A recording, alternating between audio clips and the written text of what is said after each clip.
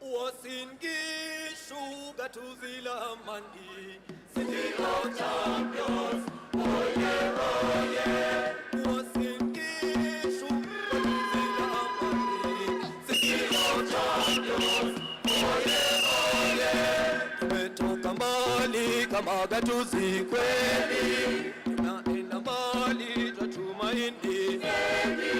Tumeshajua njia ya kupitia sasa, tushikane mikono twende mbele. Baba mama watoto na jirani, jiji tutalipata, twende mbele. Tuungane pamoja kwa amani, sisi sote sasa, tushikane mikono twende mbele.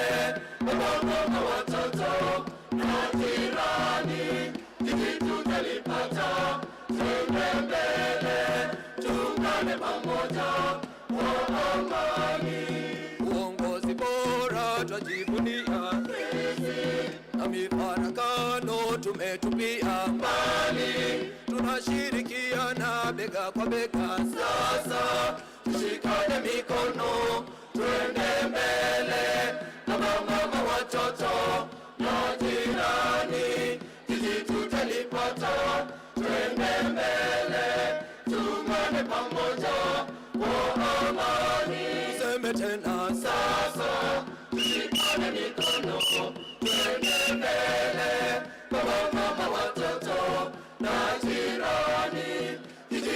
tutalipata. Twende mbele, tuungane pamoja kwa amani. Uongozi bora tumeuona heko, raisi tunaye na machachari. William Ruto Kipchirchir, mambo ni kasi kasi, tushikane mikono, twende mbele. Baba, mama, watoto na jirani, jiji tutalipata. Twende mbele, tuungane pamoja kwa amani. Tena sasa tushikane mikono, twende mbele. Baba, mama, watoto na jirani, jiji tutalipata. Twende mbele, tuungane pamoja kwa amani. Magavana wa nguvu twawapokea kwetu, gavana Mijimiji ndiye dereva wao. Ugatuzi tushirikiane sote sasa, tushikane mikono, twende mbele. Baba, mama, watoto na jirani, jiji tutalipata. Twende mbele, tuungane pamoja kwa amani. Na sisi sote sasa, twende mbele. Baba, mama, watoto na jirani, jiji tutalipata. Twende mbele, tuungane pamoja kwa amani. Kuungana kwetu metuletea mengi, raisi tunaye kutoka kwetu hapa. Kweli ndilo gatuzi lenye ubingwa. Sasa tushikane mikono, twende mbele. Baba, mama, watoto na jirani, jiji tutalipata. Twende mbele, tuungane pamoja kwa amani. Tuseme tena sasa, tushikane mikono, twende mbele. Baba, mama, watoto na jirani, jiji tutalipata. Twende mbele, tuungane pamoja kwa amani. Tunatamba kote, uhaibu ni kweli, riadha, muziki, hata michezo. Tutasema nini ila shukurani sasa, tushikane mikono, twende mbele. Baba, mama, watoto na jirani, jiji tutalipata. Twende mbele, tuungane pamoja kwa amani. Nasi sote sasa, tushikane mikono, twende mbele. Baba, mama, watoto na jirani, jiji tutalipata. Twende mbele, tuungane pamoja kwa amani. Kilimo, biashara twajivunia, tunalisha Kenya nzima kwa chakula chetu. Mashamba ya rutuba Mungu katupa, hospitali bora kwetu zipo, wataalamu tunao mbalimbali, shule zetu na vyuo twajivunia. Usalama tunao, talanta pia. Uasin Gishu, gatuzi la Mati, City of Champions, oye oye. Uasin Gishu, gatuzi la Mati, City of Champions, oye oye. Oye oye.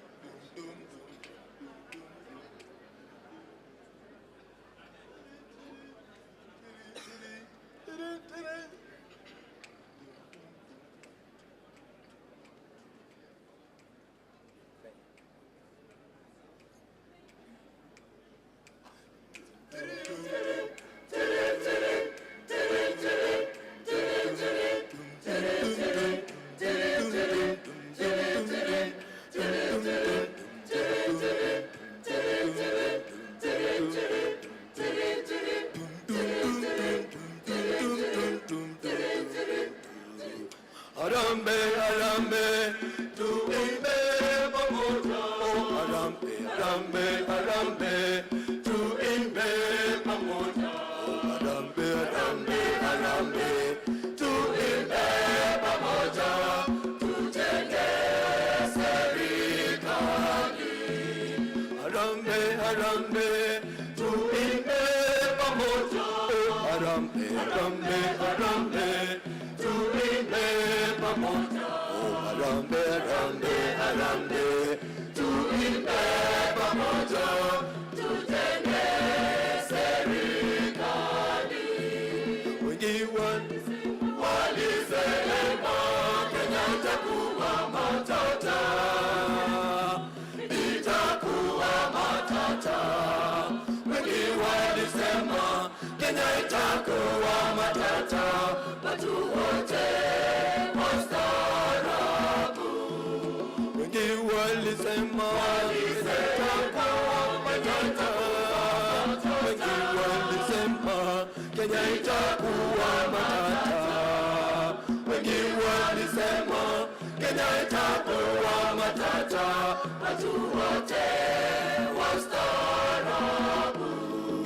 Harambee, harambee, harambee, harambee, harambee, harambee, harambee, harambee, harambee, harambee, harambee, harambee, harambee. Watu wa Kenya hatuna ubaguzi. Watu wa Kenya hatuna ubaguzi. Watu wa Kenya hatuna ubaguzi. Kila rangi tunaipenda. Watu wa Kenya hatuna ubaguzi. Watu wa Kenya hatuna ubaguzi. Watu wa Kenya hatuna ubaguzi. Kila rangi tunaipenda. Wananchi harambee, tuvute pamoja. Wananchi harambee, tuvute pamoja. Wananchi harambee, tuvute pamoja. Tuongoze kwa usalama. Wananchi harambee,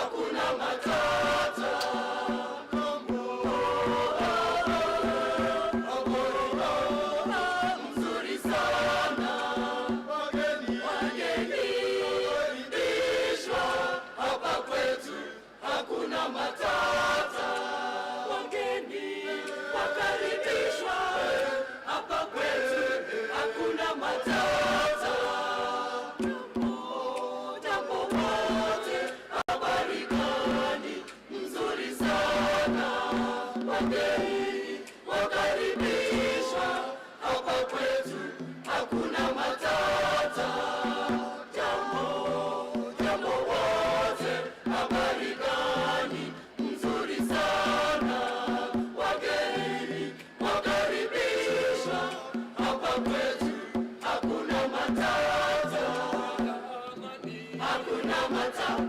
kilimo twajivuna, chakula ni kwa wingi, nyote mwajionea, usalama tunao, ni nchi ya amani, usalama tunao, furaha tele tele, nyuso za tabasamu na matata, nyote mwajionea, karibuni wageni, mji si nyumbani, kuna matata, jongeni pamoja,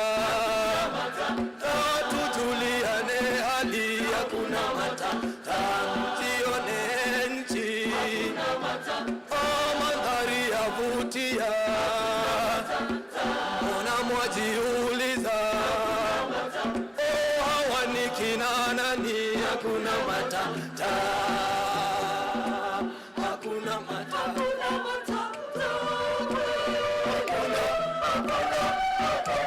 matata.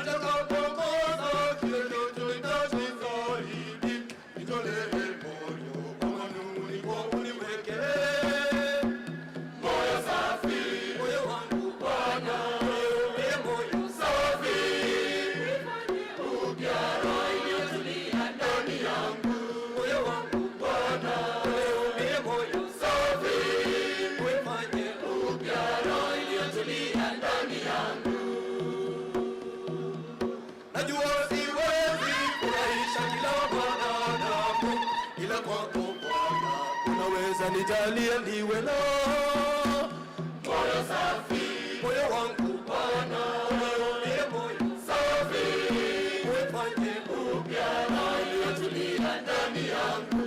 moyo wangu Bwana, uniumbie moyo safi,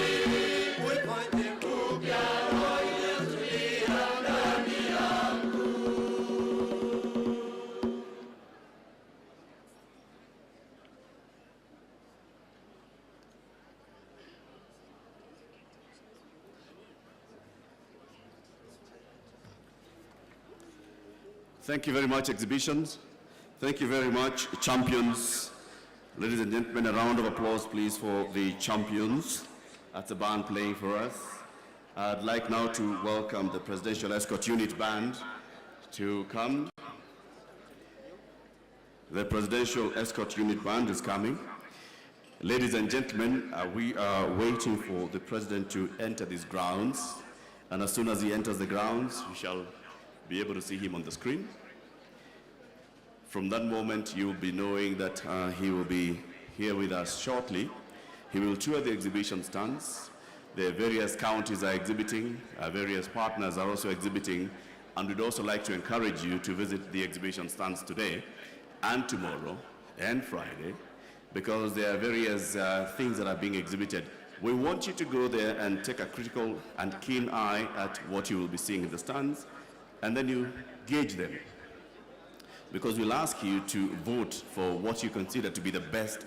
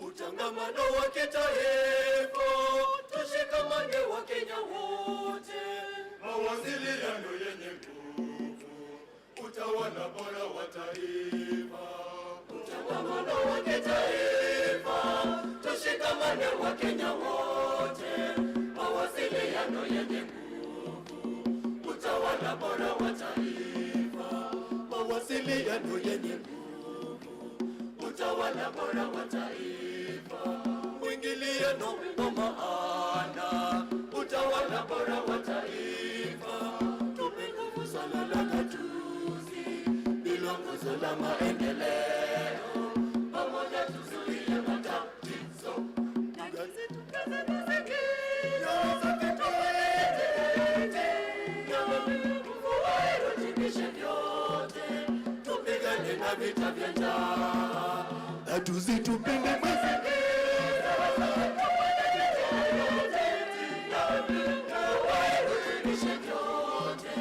tupigane na vita vya njaa, tupendane Kenya, tupendane Kenya, tupendane Kenya, tupendane, tupendane Kenya, tupendane Kenya, tupendane Kenya, tupendane,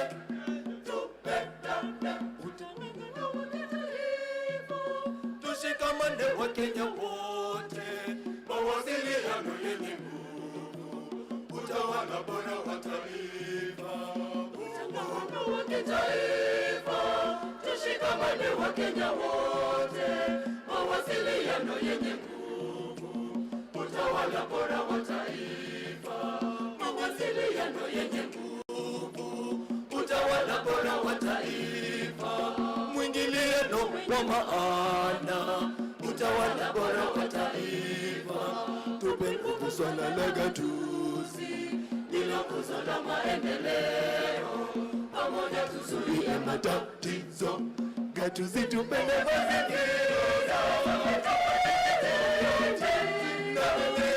wairudishe vyote, tupigane na vita vya njaa, gatuzi tupende mazingira, wairudishe vyote, tupigane na vita vya njaa, tupendane Kenya, tupendane Kenya, tupendane Kenya, tupendane, tupendane Kenya, tupendane Kenya, tupendane Kenya, tupendane, tupendane. Ninaipenda nchi yangu Kenya, taifa langu kweli lavutia, ni mzalendo kweli tailinda, taifa langu nchi yangu. Ninaipenda nchi yangu Kenya, lavutia, ni mzalendo tailinda, taifa langu nchi yangu. Ninaipenda nchi yangu Kenya, lavutia, ni mzalendo tailinda, taifa langu nchi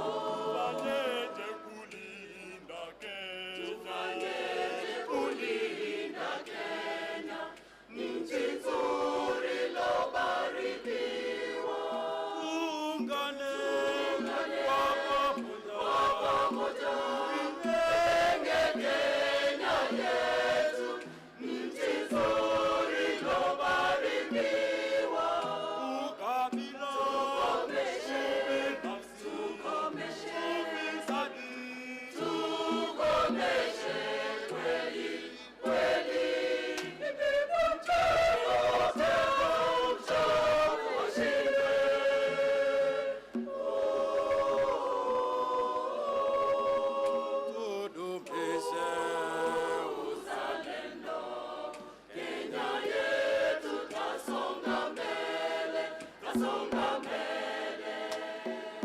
Ninaipenda nchi yangu Kenya. Oh, navutia. Uzalendo tailinda taifa langu, nchi yangu. Ninaipenda nchi yangu Kenya. Taifa langu kwenye navutia. Uzalendo tailinda taifa langu, nchi yangu. Nafurahia, najivunia, oh, nchi yangu. Yapendeza, yavutia.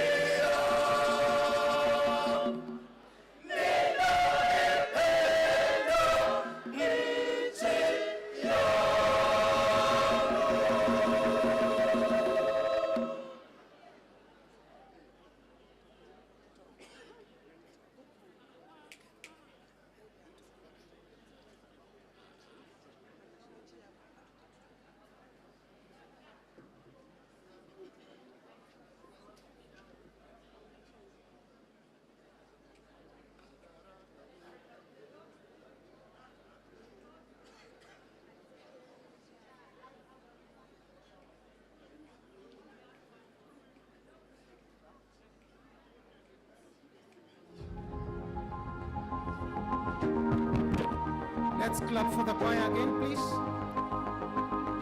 The dancers, you can come in, please.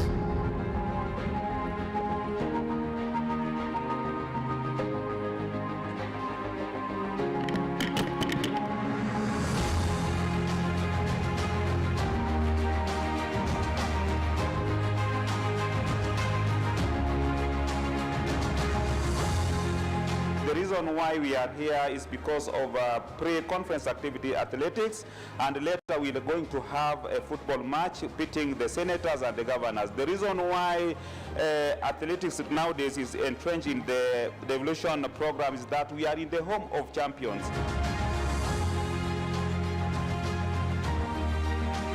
This race is going to be participated also by all the governors, all the senators who are present. Tumekuja hapa kwa hii mbio, nimeleta wazee na wazee huwa wakiwakilisha Kenya na watakimbia vizuri sana. Hata kuna wazee veterans ambao wanakimbia full marathon hapa, kuna wenye wanakimbia half marathon kama mimi, na kuna wenye wanakimbia 10 kilometers na track and field events. Nataka ning'ang'ane niingie top 10. Yeah. At least top 10 tapata something yani poa.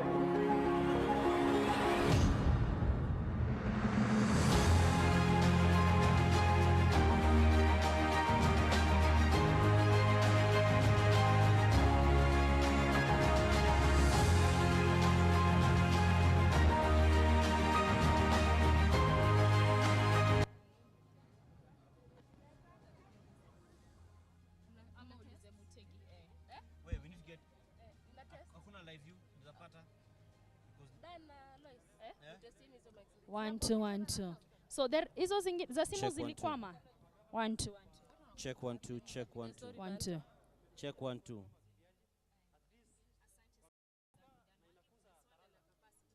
Nyani.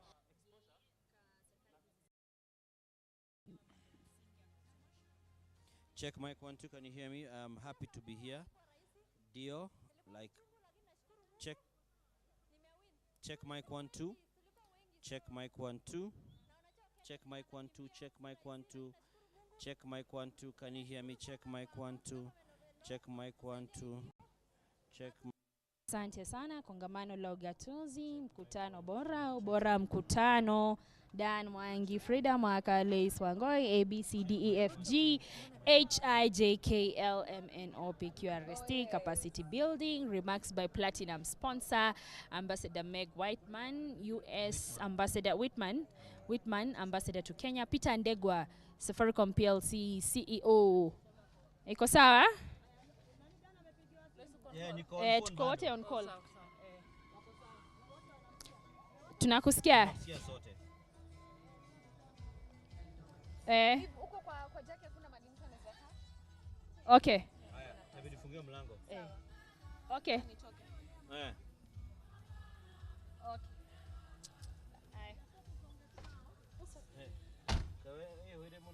Okay. Kegwere, the road is my expada. Haro.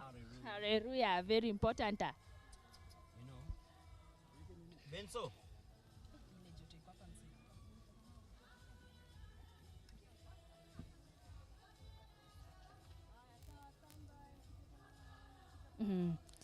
Asante Nuru, karibu tena mtazamaji wangu, na hizo ni picha za moja kwa moja la kongamano la ugatuzi mwaka 2023 na ambao unaambatana na miaka 10 ya ugatuzi. Hivyo basi kongamano hili la ugatuzi la mwaka huu ni special kidogo, ni tofauti kidogo, manake kando na kuangazia kongamano lenyewe la ugatuzi, pia kama taifa tunasherehekea miaka 10 ya ugatuzi. Sijui kama mtazamaji wangu ambapo ulipo unasherehekea ama unasononeka kidogo, lakini muhimu zaidi ni kuhakikisha kwamba uga huu ama mkutano huu unawapa Wakenya fursa ya kuweza kupiga darubini hatua ambazo tumepiga taifa katika serikali za ugatuzi. Muhimu zaidi ni ifahamike kwamba kuna yale maono ambao walikuwa wameweka swala la ugatuzi katika katiba walikuwa nayo. Kuna yale maono ya wewe Mkenya ukiwa hapo nyumbani ambayo ulikuwa nayo katika swala hili zima la ugatuzi, na tungependa kujua, je, unahisi kana kwamba maono ambayo ulikuwa nayo, ndoto ambazo ulikuwa nazo, mambo ambayo ulitazamia yataweza kutimia hapa nchini kufuatia ugatuzi yametimika au la? Lakini kikweli mtazamaji wangu ni kwamba mara nyingi katika maisha sisi tunapanga, lakini mipango saa zingine inakosa kuafikiana kadri tulivyopanga. Lakini siku ya leo tunaangazia mazuri na vile vile changamoto za ugatuzi, na changamoto ziwe ni kama kurudi pale darasani na kuweza kusemezana tena, kuweza kusikilizana tena, kuweza kukosoana na kuweza kurekebisha hali ya ugatuzi nchini, ili sekta ya ugatuzi ama kongamano hili la ugatuzi liweze kuafikia ndoto ambayo ilikuwa muhimu zaidi, ambapo serikali za kaunti zilipoweza kuletwa ni kuhakikisha kwamba Mkenya akiwa Turkana, Mkenya akiwa Kisii, Mkenya akiwa Pwani, Mkenya akiwa sehemu za milimani hapa katika kaskazini mwa bonde la Ufa anaweza kufurahia matunda ya ugatuzi, na anahisi kwamba kuna serikali ya karibu. Serikali mtazamaji wangu sasa imeondoka Nairobi tu, na bila shaka Dan Mwangi na Frida Mwaka ambapo umefika hapa na kikosi kizima, mnashuhudia, sioni kana kwamba kuna tofauti kubwa sana Dan hapa na Nairobi. Kipi ambacho umeacha Nairobi hujapata hapa? Mimi naweza kuambia ambacho umepata hapa hujapata Nairobi. Hewa safi, vyakula vya kienyeji, wetu wenye ukarimu mwingi, tractor zimejaa hapa na pale na wasala kama haya. Lakini Dan, unahisi kana kwamba nimefika kijijini, unahisi hilo? Hapana. Aha. Eldoret mmejiita city, hamjateuliwa kama city rasmi, lakini bado mnafanya campaign. Lakini tunaona matunda ya ugatuzi katika kaunti ya Uasin Gishu sana hapa kwenye jiji la Eldoret. Na bila shaka ni kitu kizuri kwa sababu kuna wale ambao wangeulizwa miaka 10 ama miaka 20 iliyopita kama wangetarajia kuona Eldoret ikikaa hivi au sehemu nyingine tofauti kwenye nchi, kama wangetarajia yaonekane hivi, hawangeona ikiwa hivyo. Na tukiweza kuangazia wale ambao yale ambayo tunatarajia kuongelewa leo. Kuna zile breakaway sessions ambazo zitakuwa hapo kutoka saa 9 na kuendelea. Some of the things to be discussed include: 1, the constitutional right to housing, a reflection of the past 10 years of devolution, and this is likely to bring up the whole concern about the housing tax, which has been a very thorny issue and one that has been a center of a lot of debate even around the Finance Act of 2023. We also have celebrating a decade of county-led health service delivery. Now, lessons for the future, focus on PHC, and so this again is touching on a very critical aspect of devolution, which is healthcare. Then we have unlocking the economic potential of counties through strategic positioning as trade and investment destinations, while reflecting on the lessons from the past. And so this is also a very core thing, especially at the higher level of policy. Then we have exploring the economic opportunities in the blue economy sector for inclusive growth and benefits for local communities, and this is reflecting investments in the next 10 years. So you could see some sort of oxymoron there where you're reflecting into the next 10 years. Just look at the blue economy because it has a lot of potential which is yet to be fully tapped. We have all those counties that are near various water bodies, be it the ocean or the lakes or rivers as well, which provide a lot of opportunity for people to grow in their livelihoods and even in just their skill sets. And aside from that, we're also going to be looking at in the course of today, when the president comes in, we shall have various people giving their remarks, from the US ambassador to Kenya, that's Meg Whitman. Safaricom CEO should be there, as well as Amref Health Africa Group CEO Idinji Gitahi. And so we'll have a number of people who are going to be speaking to the different issues, because remember that devolution is not limited to government. There's a function, a significant function of the private sector and also the non-governmental organizations, as well as the international community.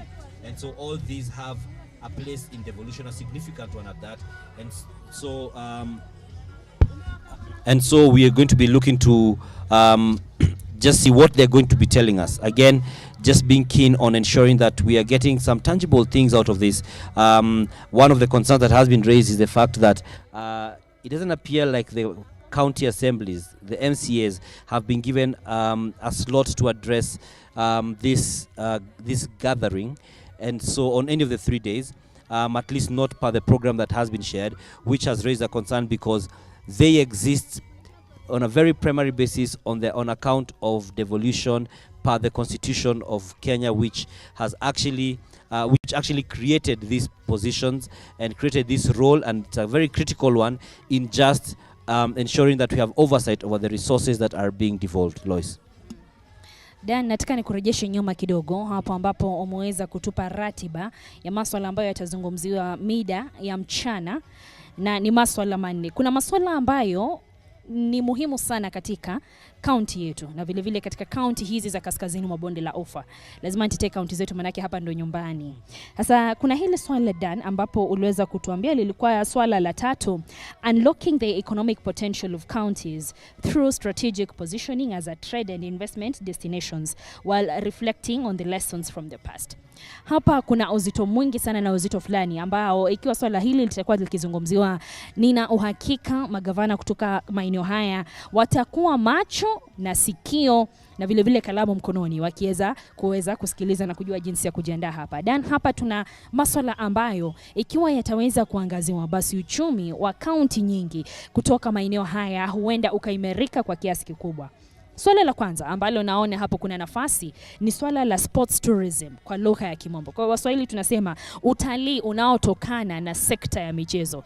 Dan Mwangi, hapa ukitembea hivi uenda ukagongana hapa na Eliud Kipchoge, Mary Keitany. Hapa kuna mabingwa wa riadha sio tu nchini bali hata duniani. Sasa ikiwa sekta hiyo ya michezo itaweza kutumika na kupambwa na kuwekewa mikakati na kutengenezwa vizuri, huenda ikawa kivutio cha watalii Dan. Ikiwa tutasema haya, sasa mje county wa Uasin Gishu siku fulani, mtakuwa na hawa wanariadha watakuwa katika uga wa michezo wa Kipchoge Keino na watakuwa wanatangamana na Wakenya. Bila shaka nina imani Wakenya wengi sana watafika ili kuweza kutangamana na mabingwa hawa wa dunia. Hiyo ni njia ambayo pengine inaweza kuleta uchumi wa county hizi, haswa county ya Elgeyo Marakwet, county ya Nandi na county hii yetu ya Uasin Gishu kuweza kuimarika, manake hapa ndo chimbuko, hapa ndo nyumbani kwa wanariadha mashuhuri hapa nchini.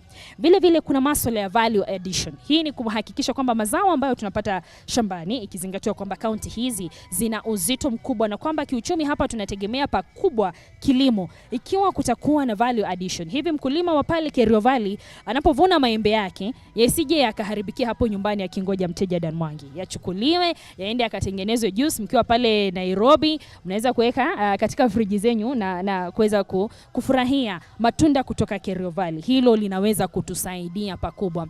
Value addition ambayo tumeona hapa imenoga kabisa ni katika kilimo cha chai. Ukienda katika county ya Nandi utapata kuna kampuni kubwa, kuna zile za wastani na pia zile ndogo katika kilimo cha chai, watu wakifanya value addition, kuongeza uvutio wa bidhaa ile na kuifanya iweze kutumika sio tu Nandi, sio tu Uasin Gishu, sio tu Elgeyo Marakwet, bali katika kote nchini.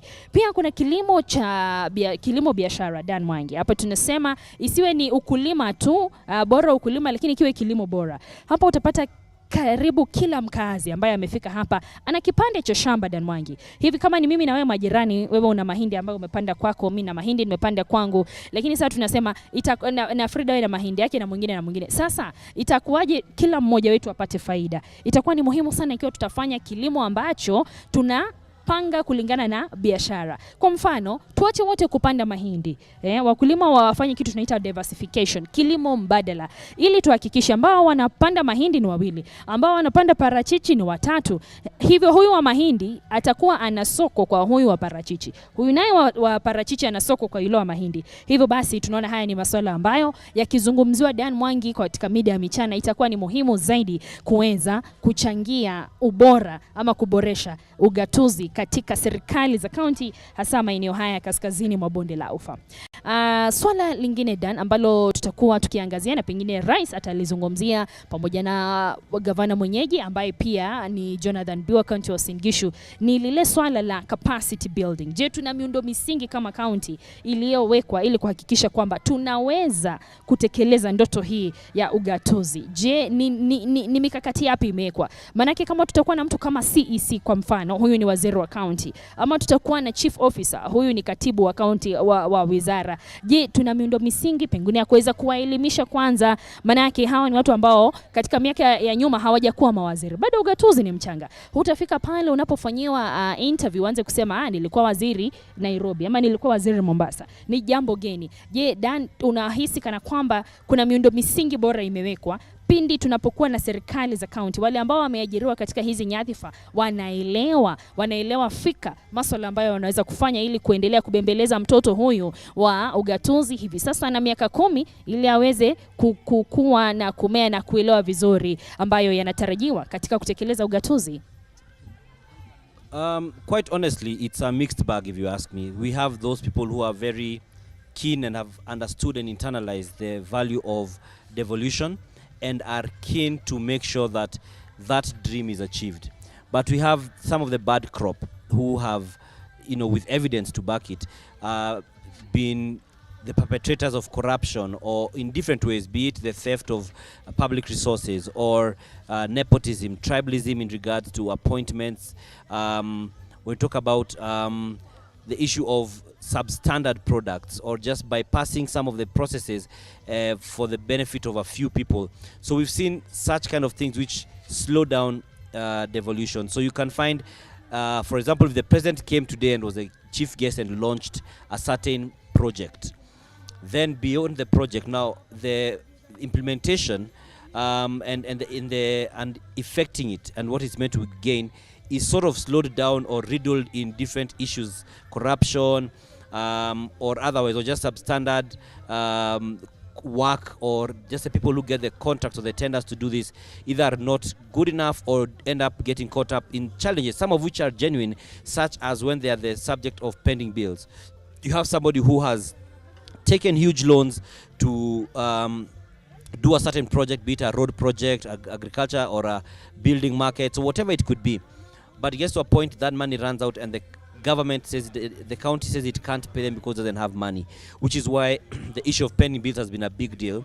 And last night when I was speaking to the governor of Uasin Gishu, and the thing is he said, he reiterated the fact that the counties have gotten their monies from the national government, and someone responded on Twitter asking, why do we have to make it sound like it's a very big deal, yet it should be the ideal, it should be the basic norm for pending bills to be paid, which shows that by the time we are celebrating so much just a normal thing happening or an unexpected thing happening, then it becomes a very tricky situation where you're like, it shows how far we are on some fronts from operating from the ideal. And so we are still here in Eldoret. We're still monitoring as we await the arrival of the president. We can see a lot of preparations here. Aside from the entertainment, we could see the ambassador of the United States to Kenya, that is Meg Whitman, who has already arrived. And we could see that she is among those who are greeting the guests as they're coming in. So it's a good sign to show that we are getting closer to the formal event beginning as we wait to see and to hear what is going to be said here. And beyond seeing and hearing what will be said here, again, we look to see what is going to be done on the ground by the different governors, different senators, members of county assembly, the public, the different partners, be it development partners or otherwise, where we have the data from the COG shows that, from the report shows that the average age of Kenyans is 22, but the average age of a farmer is 55. So even as Lois tells us that we have come here and we're enjoying seeing the farms, we have a challenge where we are having farms full of old people who are engaged in it, and the young people probably want to get involved in different ways of making money or different ways of just earning a livelihood. Lois, sijui wewe kama wewe mwenyewe ni mkulima ama wewe umeinvest tu, na sijui kama umeenda Worldcoin yeye utajibu, lakini wewe mwenyewe ni mkulima? Dan, nimekaa hapa karibu mwongo mmoja, hivyo basi mimi ni mkulima. Nitakufafanulia mimi ni mkulima kivipi hapo baadaye. Lakini Dan, hivi tunaposubiri rais kuweza kuingia na kongamano hili la ugatuzi kuweza kuanza rasmi, kuna hili swala la kulea mtoto huyu ambaye ni mtoto wa ugatuzi hapa nchini. Na nakumbuka tulipokuwa na katiba mpya, hivi tulipoanza kubadilisha kutoka serikali ya umoja hadi serikali za ugatuzi, kulikuwa na ile tume ilikuwa inaitwa Transition Authority. Na kazi ya hiyo tume ilikuwa ni kuweza kumlea huyu mtoto kutoka daraja hili la serikali moja ya kitaifa hadi serikali za county. Tuliona tume hiyo ilifanya kazi pengine kwa mwaka mmoja, miaka miwili tu, na baada ya hapo kuondoka ofisini. Lakini Dan, pengine tulikuwa tunazungumza na baadhi ya washikadau hapo, anasema pengine hiyo tume ingesalia ofisini kidogo, ili mara kwa mara kukiwa na changamoto za kisheria, kukiwa na changamoto za kikatiba ambazo zinahitaji wale waliobobea katika sekta hiyo kuweza kutufafanulia, inakuwa ni rahisi zaidi. Manake Dan, hapa unapata saa zingine hizi serikali za county zinajibizana na ile serikali kuu. Kongamano la magavana wanasema hili, naye serikali kuu ikiongozwa na rais anasema lile lingine. Na mara nyingine tulikuwa tunamwona Rais William Ruto akiweza kualika magavana pale ikulu ya Nairobi ili kuwe na uyano. Manake ukiangalia taarifa, gavana wa Iguru alikuwa anasema hamna, hatujapata fedha zozote, karibu tunafunga county, tunapeana makataa ya siku 14, hela zisipofika basi kila kitu kinasimama. Alafu kesho yake tunampata rais akisema tunashughulikia, tunampata naibu rais akisema tunashughulikia. Walikuwa wakijibizana tu hadi pale walipoweza kuketi pamoja katika ikulu na kutupa mwongozo. Lakini huo ni mfano tu Dan. Pengine kuna mambo mengine mengi zaidi yanakwama hapa chini, na ni mambo ambayo yanaweza kuchangia kuboresha utendakazi wa ugatuzi hapa nchini. Je, hapo tufanye nini, ama tunafaa kujiangalia vipi kama taifa kuhakikisha kwamba ikiwa kutakuwa na maswali, ikiwa itafika mahali mawasiliano yanagonga mwamba, hatujui tutumie mbinu gani ama njia gani ya kuweza kuleta uwiano baina ya serikali kuna serikali za county, tufanyaje? Pengine hii tume irejeshwe, isirejeshwe, ama tuweke tume maalum ya kuwa kama liaison office. Hii ni ofisi ambayo itakutanisha pale juu katika serikali kuna hizi za county. And Lois, I think one of the things that addresses that concern is the fact that we have a State Department of Devolution. It has been moved from being a standalone ministry, but the State Department of Devolution. We also have the Council of Governors, which is meant to be supporting in just coordinating these efforts from the governor's side, at least in regards to devolution. Then on the MCA side, we have the County Assemblies Forum, and we have had a division in the MCA's leadership where we have a different faction that is coming up saying that the CAF is really just addressing issues to do with the speakers. It's like they claim it's a small clique, and so they came up with a different outfit, a different group, which had a meeting. At this meeting, the PS for devolution was actually chased away sometime in Nairobi. And so it shows you how one, topical and politically sensitive devolution is, and everyone wanting to have their voice heard in a way that they feel is gratifying to them. Otherwise it becomes just a circus, and just people being given attention or just being given resources they can't really access, so to speak. And I think that, like I've mentioned about political interference, is the concern that sometimes devolution is being slowed down because of political interference. We've seen cases where in the previous administrations where we've had governors who may not be as aligned to the national government, to the president stroke the executive, will have a bit of a hard time getting by and even delivering some of their promises, because some of the things that they need to execute are in collaboration with the national government. So once you have that kind of a situation, it becomes a bit of a headache, if not a big deal, a significant headache for them when it comes to being able to implement the things they want to implement. So also there's an element of people in Kenya still not having a full understanding of how devolution works. Kuna wale ambao wanaona barabara fulani na wanasema hii barabara ni hawajui kama ni ya national government ama ya county, au wanasema tu governor hujafanya kazi, na labda wakati huo ni ya serikali kuu. Hiyo barabara inafaa kuwa inatengenezwa na serikali kuu, lakini unapata governor ndiye anaumia. Na just different kind of scenarios where we find Kenyans not knowing who exactly the backstops on some of these things. We've seen counties being very keen on absolving themselves of fault when we don't have medicine, for instance, or supplies in the hospitals, and they will argue and say it's a KEMSA situation. We don't have access because KEMSA has not supplied etc. KEMSA will say they have debts, but as we know, KEMSA has also been riddled by a lot of corruption. And an unfortunate thing to say is that it's not a unique thing to that agency in government. It's a pretty common thing, unfortunately, in different parts of government. And I think this is one of the things that Kenyans are just keen on seeing, and some have already vocalized, saying they'll use this as a benchmark on the success of any leadership in terms of stemming corruption.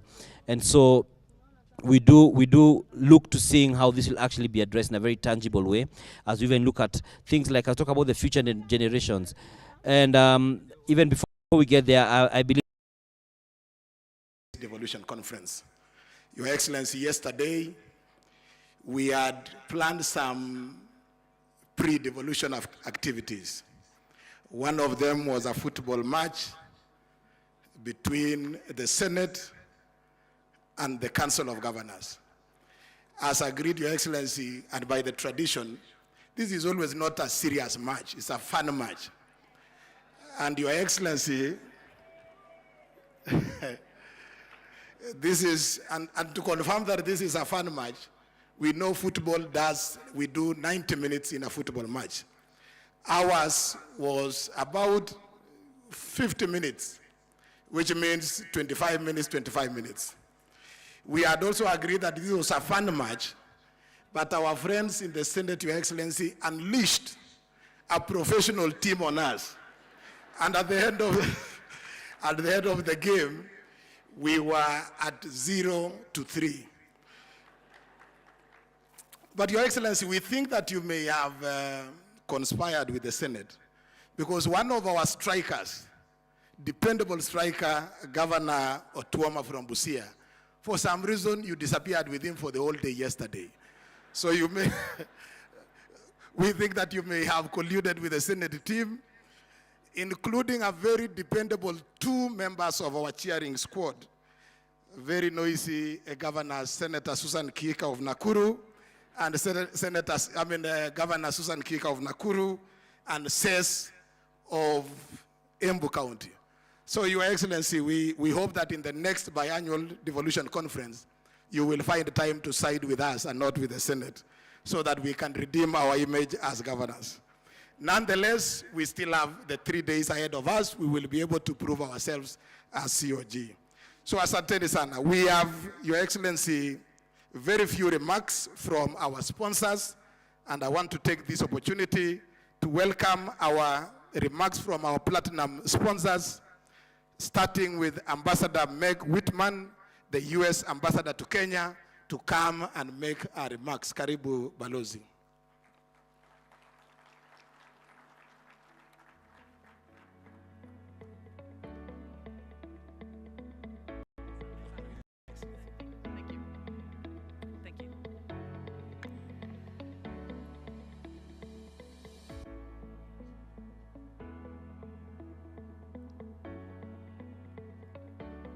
Thank you very much. Abare Saleo, good afternoon.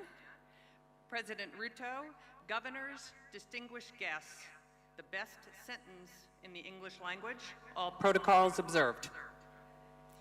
It is a pleasure to be in Eldoret at this Devolution conference, my first, and I'm delighted to have this opportunity to speak to you today. Ushirikano wa Kenya na Marekani ni imara. Umajengwa kwa miaka 60 ya maadili na maslahi ya pamoja. .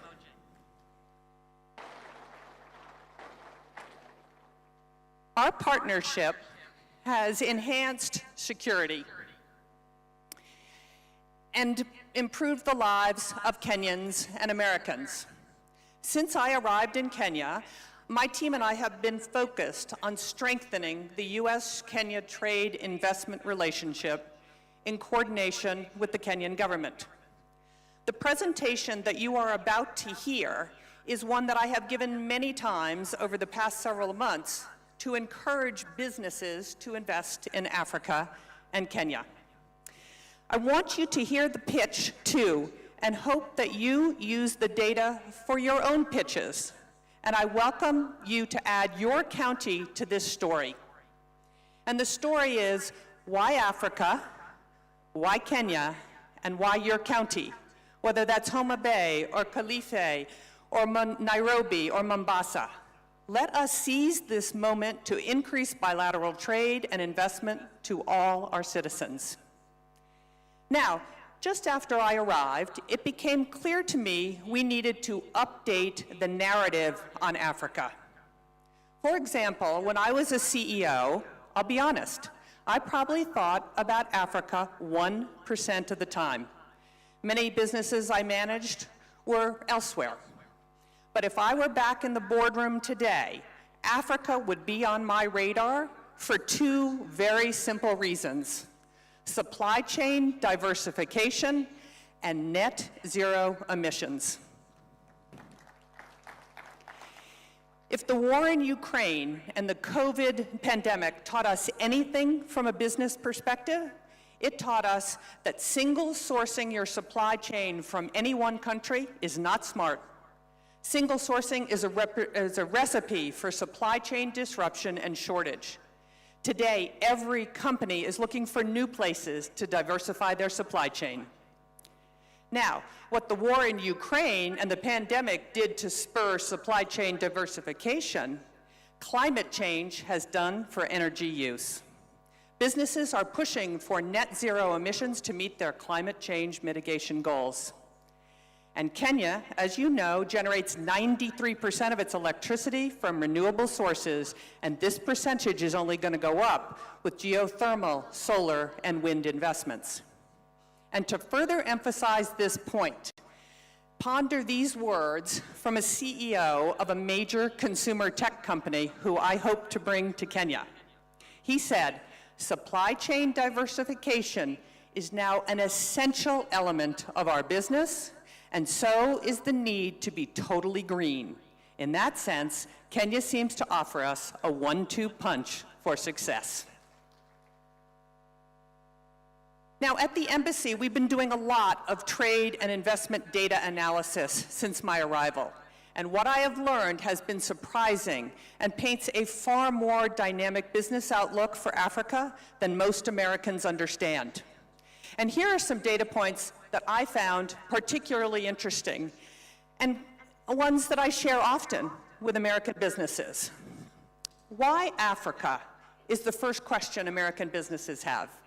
By 2015, 1 in 4 humans, a quarter of the world's population, will live on the African continent, and 1/3 of the working age people will live on the African continent. It's the youngest population on the world. 60% of the population is under 25. And in my view, Africa is the last and largest emerging market and offers the last big supply chain and consumer prospects, much like the opportunities we saw in Southeast Asia 20 years ago. Now, that's how I'm talking about Africa to US businesses. Let's zoom in on how I'm talking about why Kenya should be everyone's destination in Africa. Kenya is the most stable democracy in Africa. Kenya is the gateway to the East African market of almost 500 million consumers. Kenya is the regional logistics hub. Kenya is the leading regional financial hub, and Kenya, with its Silicon Savannah and super smart engineers, is the region's ICT hub. Kenya is a leading destination for foreign direct investment and venture capital. and Kenya has a young, educated, entrepreneurial, and English-speaking workforce. Kenya generates, as I said, over 93% of its energy from renewable sources, and Kenya's largest export market is the United States. Let me repeat, Kenya's largest export is the United States, and we feel Kenya is ready for liftoff as it diversifies. Let me unpack a couple of these areas. Democracy. I arrived in Kenya days before the August 22 general elections. What I witnessed was nothing short of remarkable. Kenya held what many analysts and commentators say was the freest, fairest, and most credible election in Kenyan history. The elections were observed by international and local election organizations, and the results were upheld by the Kenyan Supreme Court, and power was transferred orderly and peacefully at the time. Now, gateway to East Africa. As I said, Kenya is the gateway to East Africa. 80% of East African regional trade passes through Kenya's Mombasa port. In addition, Jomo Kenyatta International Airport in Nairobi is the busiest airport in East Africa, served by 40 passenger airlines and 25 cargo carriers, including FedEx and DHL. Kenya also has some excellent infrastructure, such as the Standard Gauge Railway, a series of new roads, and modern ports. From a financial and technology hub perspective, Kenya is already the regional financial hub for East Africa. Several international banks have been present in Nairobi for decades, and five major global financial institutions like the World Bank and the International Monetary Fund have established their regional headquarters in Nairobi. The region's regional stock market sits in Nairobi, and the city hosts the necessary legal, accounting, and consultancy services to preserve and accelerate this.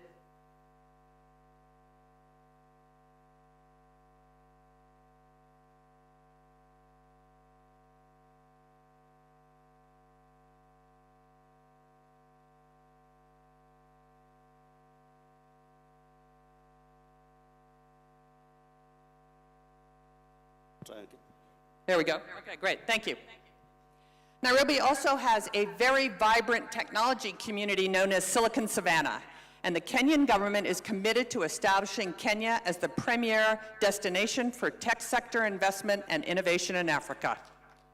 Many leading U.S. companies are already in Kenya, including the names that you see on the screen.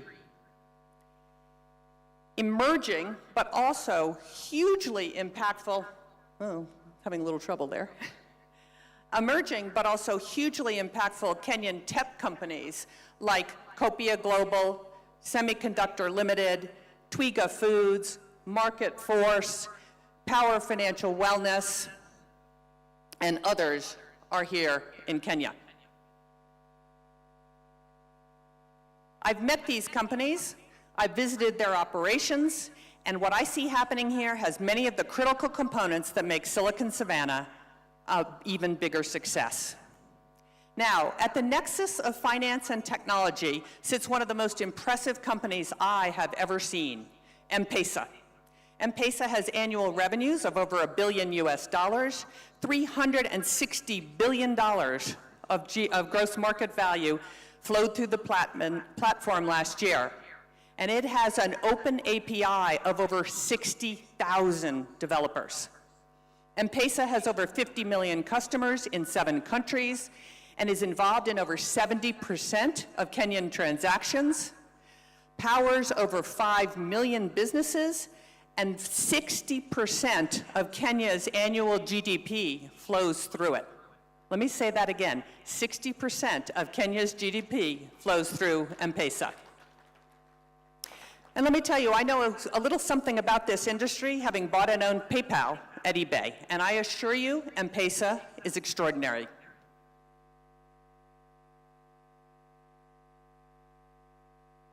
M-Pesa alone demonstrates the brilliant business minds at work in Kenya, devising African solutions to global problems.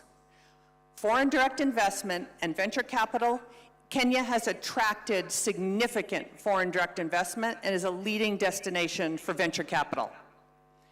Interestingly, when venture capital flows decreased 35% globally last year, total funding in Africa actually increased 8%. Even more impressive, while venture capital to Nigeria was down 36% and essentially flat in South Africa, funding to Kenya increased by 33%. You go, Kenya. Adjusted for GDP, Kenya receives significantly more venture capital than anywhere else on the continent, generating roughly triple the venture capital to GDP ratios of Nigeria, Egypt, and South Africa. Unlike its continental competitors who attract predominantly fintech-led investments, Kenya venture capital flows are more diverse, led by e-commerce and clean tech, followed by fintech, agritech, and enterprise investments. And what's even more unique for Kenya, in 2022, Kenyan women-founded startups raised $146 million in equity, more than any other country on the entire continent. As I said, more than 90% of Kenya's on-grid electricity is currently generated from renewable sources, primarily geothermal, wind, and solar. A great example is Kapeto in Kajiado County. It's the second largest wind farm in Kenya, proudly supported by the U.S. International Development Finance Corp. And Power Africa. And it is phenomenal that Kenya has committed to reaching 100% renewable energy by 2030 and is already close to achieving that goal. From a workforce perspective, Kenya is English-speaking, has high literacy rates, and strong primary, secondary, and tertiary education systems. And every firm that I have spoken to about the quality of Kenyan workforce says this: the Kenyan workforce is their best workforce in the world. As I mentioned, in 2022, the United States became Kenya's largest export market, edging ahead of neighboring Uganda. In total, Kenya exported $890 million in goods to the United States last year, and in addition, the United States exported around $600 million in goods to Kenya. So $1.5 billion in total US-Kenya trade. It's fairly balanced, and it's expected to increase as the United States and Kenya negotiate a first-of-its-kind bilateral trade agreement that we hope will be done by the end of this year. And we hope this agreement will be a model for the rest of the continent once signed. So now you know why I am so enthusiastic about the Kenyan prospects and the Kenyan investment climate. But when I talk to American investors, they have some questions, and there are room for improvement. The Ruto administration has made great strides and is committed to building a business-friendly environment. But if it is to accomplish the goal, the government's going to have to address a few issues. And the first is taxes. Kenya must have a consistent, transparent, and fairly administered national tax policy to attract and retain foreign direct investment and accelerate economic development. The tax rates don't need to be the lowest. They need to be the most consistent. And all of you know, some work still needs to be done, but the recent finance bill had many changes that will make Kenya's tax policy more consistent and therefore more bankable by foreign direct investment. Without a doubt, corruption is a critical issue and one that must be addressed for Kenya to reach its full potential in all areas of development. Everyone knows corruption leads to misuse of public resources, slows economic growth and job creation, and damages the investment climate, as well as undermining equal participation in the prosperity of this country. However, while corruption does remain a challenge in Kenya, as in other developing markets, third-party measures of corruption indicate positive trends and some progress in recent years. According to the United States Millennium Challenge Corporation's country scorecard for 2023, Kenya's score for control of corruption was 0.28, representing its third passing score in a row and its highest score to date. But to put this number in perspective, Kenya's 0.28 was superior to India's 0.18 and Vietnam's 0.19. And what I can tell you is Americans don't give it a second thought to invest in India. In addition, President Ruto has cracked down on corruption, calling out government agencies that engage in unscrupulous practices and firing government officials involved. Now, I also get a lot of questions about Kenya's debt. Kenya, like many developing countries, is burdened with high debt, limiting its ability to fund public services and infrastructure in line with its ambitions. According to the IMF, Kenya's debt to GDP ratio is 69%, but this number is not an outlier amongst regional averages. For comparison, Malaysia's debt to GDP stood at 69% in 2021, while India's ratio was 83% in 2022. Another area I get a ton of questions on is cargo clearance. Now, despite improving logistics, the delivered cost of a container to Kenya remains significantly higher than the container shipments landing in Europe or Asia. So there is room for improvement on cost, but here's a great fact. Back in 2010, it took over 11 days to clear a container at the port of Mombasa. Today, it takes 3.5 days. And this reduction has occurred despite cargo increasing over the past 5 years from 27 million metric tons in 2016 to nearly 35 million metric tons in 2021. So this is an important thing for Americans. This is an excellent opportunity, I think, to put to rest the argument that Kenya is not a manufacturing country. True, Kenya has room to grow in this sector, but manufacturing is happening here. And let me give you a few examples of Kenya's manufacturing prowess. Gearbox in Nairobi County, a high-mix, low-flow electronics manufacturer, runs a state-of-the-art, what we call a surface mount assembly line. And in November of 2022, began manufacturing Raspberry Pi's Pico product for the African market. Gearbox's production quality, catch this, meets or exceeds that of Raspberry Pi's other production sites in Wales and Japan, producing a first-pass yield of 99.6%.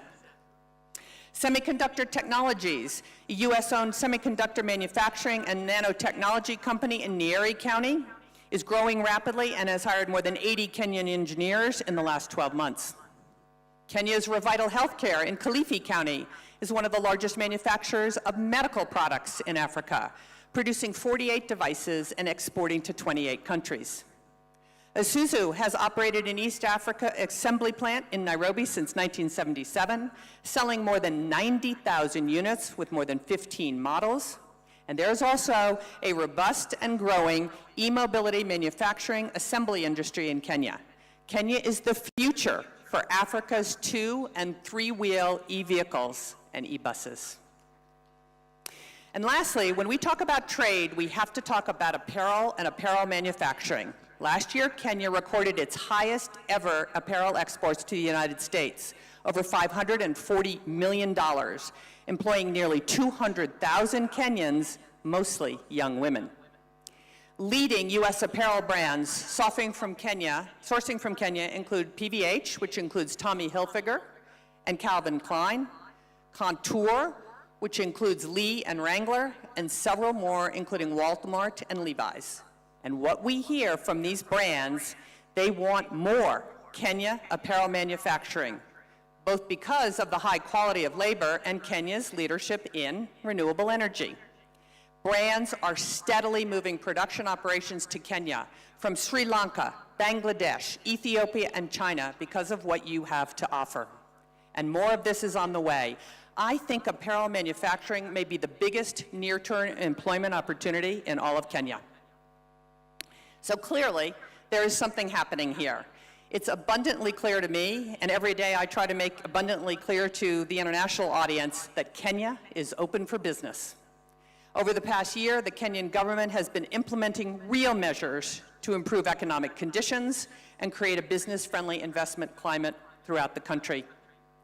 Following months of deliberation and consultations with the political and the business community, President Ruto announced the following reforms at the March American Chamber of Commerce Business Summit. A consistent, fair, predictable, and enduring tax regime. alignment of Kenya's data protection regulations with the multilateral global cross-border private rules framework, a 6-month deadline for KRA to either pay all verified tax refund claims or provide offsets, elimination of the VAT on export services, elimination of the domestic equity requirement for ICT companies, removal of tax on stock-based compensation for employees of all startups, and commitment to adhere to the OECD two-pillar solution framework for digital services tax. And finally, a commitment to revitalize Kenya's special economic zones to maximize their competitiveness, and more reforms are in the pipeline. As you can see, there is so much opportunity in Kenya, and an opportunity to bring the US and Kenyan businesses closer together. All of what I'm about to announce has happened in the last 12 months. In agriculture, Del Monte, the largest private sector employee in Kenya, has invested $5.5 million in a new state-of-the-art fresh fruit packing facility in Kiambu County. Kentegra, a US-Kenya company on the forefront of restoring Kenya as the leading producer of organic insecticide, is building a new $15 million pyrethrum refinery in Nakuru County, benefiting over 90,000 farmers. Regen Organics, an incredibly innovative company founded by young MIT graduates, they're like 27, turning waste into fertilizer, fuel, and animal feed. They will expand their farm and organic waste collection, more than doubling their production of affordable, locally produced agriculture inputs, benefiting 10,000 farmers, and they're building a new $7 million factory that will create 500 jobs in Kakamega County. In apparel, the industry that continues year-on-year expansion, new partnerships have been launched with several leading manufacturing companies, including MAS and Mega, Coast Apparel, and UAL, and they will create at least 20,000 additional jobs and increase exports by 200 million in the next year. Many of these investments are in Machakos County. Best Corporation, also in Machakos, will launch a new apparel manufacturing facility in mid-2023 with plans to hire 2,400 new employees. And NextGen will build a state-of-the-art apparel labeling and packaging facility that has already broken ground and will be operational in September.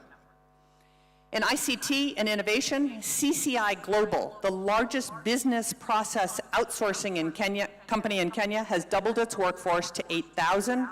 In the next 6 months, they'll add 4,000 jobs in Kenya, in Kiambu County, for American clients like United Airlines, Spirit Airlines, JetBlue, AT&T, and Shipt. In energy, Malele Energy, a US company, just concluded a deal to acquire part of the Turkana wind power project, one of the largest in Africa, and producer over 20% of Kenya's electricity in 2022, with huge plans for expansion.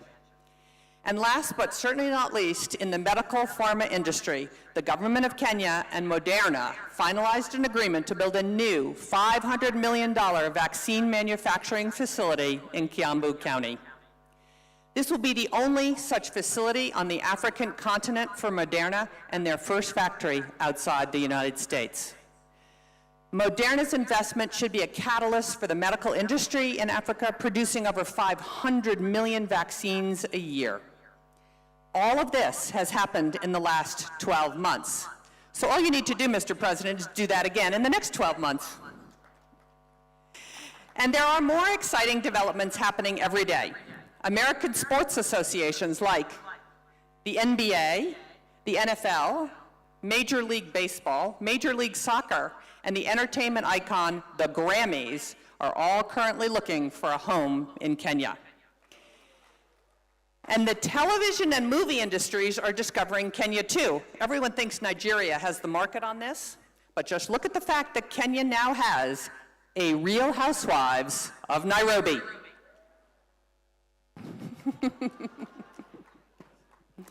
So, there are many reasons why global businesses are considering or should consider Africa, and specifically Kenya and your counties, for trade and investment opportunity. This is your opportunity. What are your priorities? What is your sales pitch? And as I said at the beginning of this presentation, When I was the CEO of HP, I only thought of doing business in Africa about 1% of the time. American companies are used to doing business with Europe and Asia.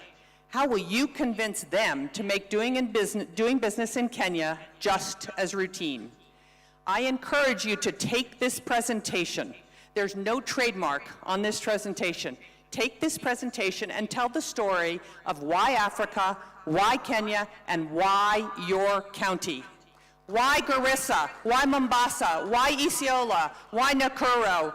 Why any county in the country? You should be able to answer the question, why Africa, why Kenya, and why your county? So to conclude, the United States and Kenya are open for business. And to quote President Ruto, Kenya means business. So we have work to do. We need to roll up our sleeves and deliver the results. The American people and your constituents deserve our best efforts to expand shared economic opportunity and growth. Asante sana.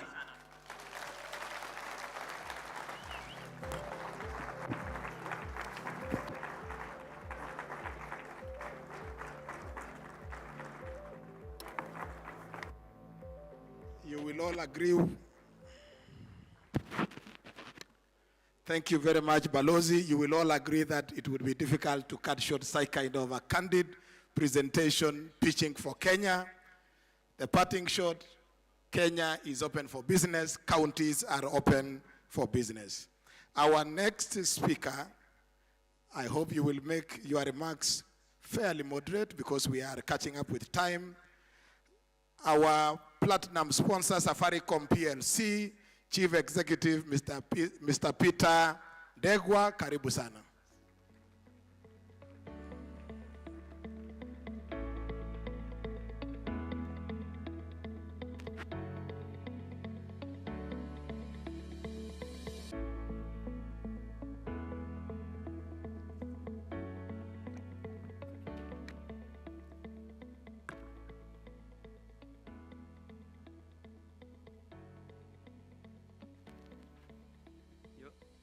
Your Excellency, how do I follow that kind of presentation? But before I start, Your Excellency, I wanted to say to Governor Sang of Nandi, in terms of the issue of being beaten by the Senate in the football. Last night when we had the governor's evening dinner, I offered to give him a few people from Safaricom next year to play in the governor's corner so that you can win against the Senate. So, Your Excellency, Dr. William Samoei Ruto, President of the Republic of Kenya and Commander-in-Chief of the Kenya Defense Forces, the Honorable Governor, Anne Waiguru, Chairperson of the Council of Governors, the Speaker, National Assembly, and also the Senate, Prime Cabinet Secretary, Cabinet Secretaries, Your Excellencies, Governors, Honorable Members of Senate and National Assembly, Ambassadors and High Commissioners, all protocols observed. Ladies and gentlemen, good afternoon. Good afternoon.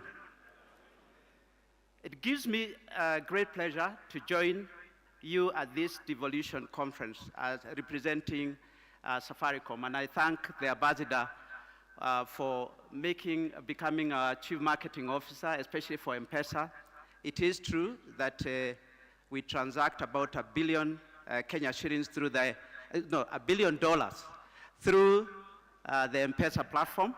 So it is a significant part.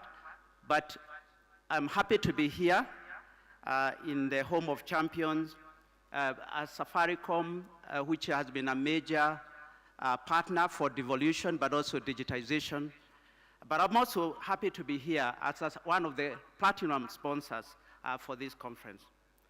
This year's conference marks the 10th anniversary of devolution, a feat we should all be proud of.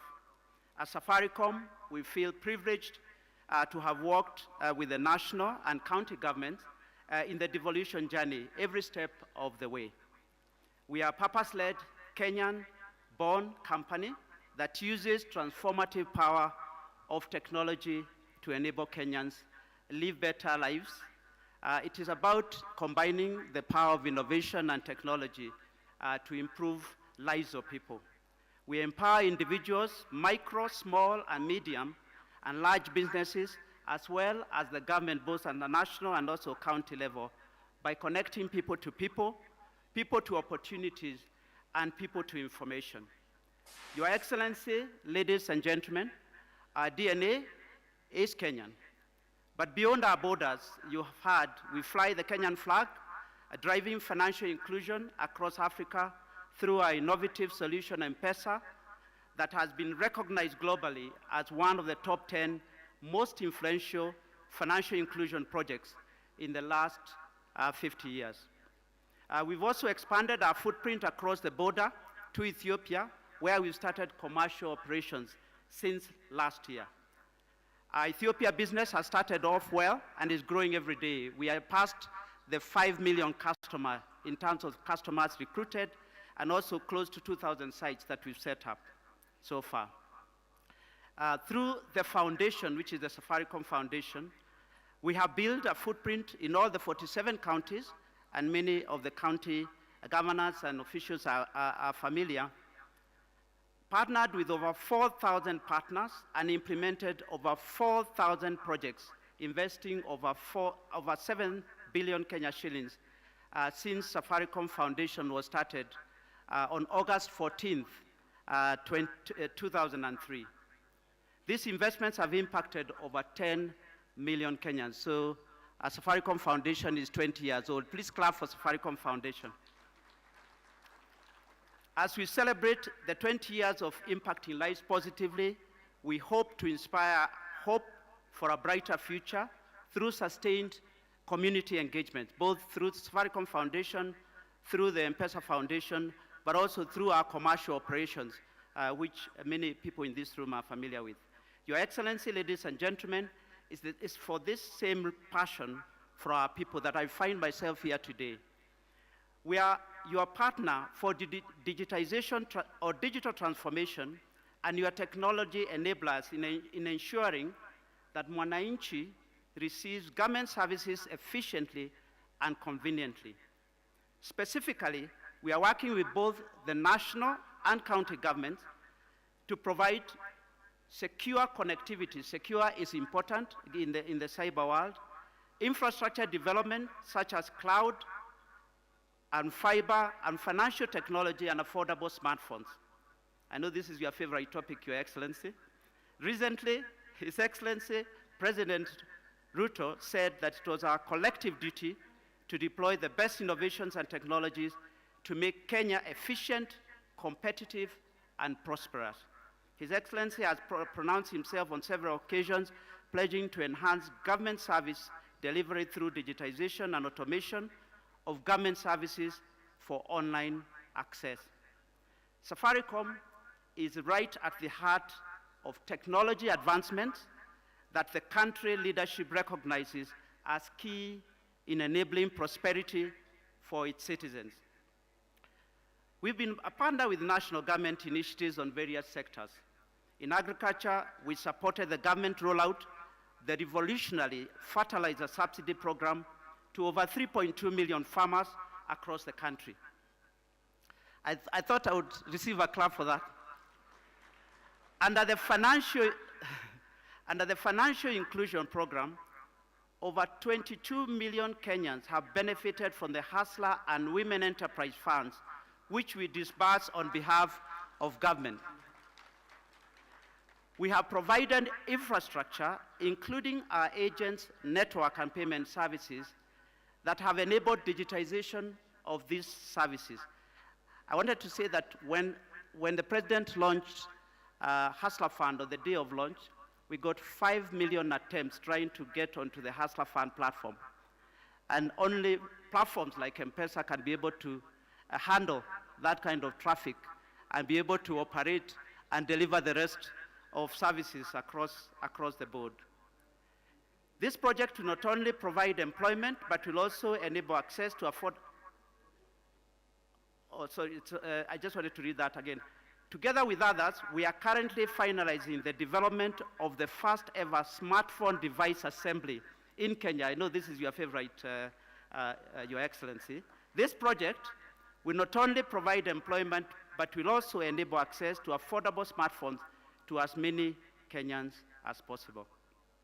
We are also working with various ministries and county governments to develop digital products and processes for enhanced service delivery to Kenyans. Ladies and gentlemen, as we celebrate 10 years of devolution, we remain committed to support Kenyans realize its digital and technology potential. We've identified key areas such as driving connectivity across counties. We are actively enabling the county governments enhance service delivery to Kenyans through a platform that we are calling My County App.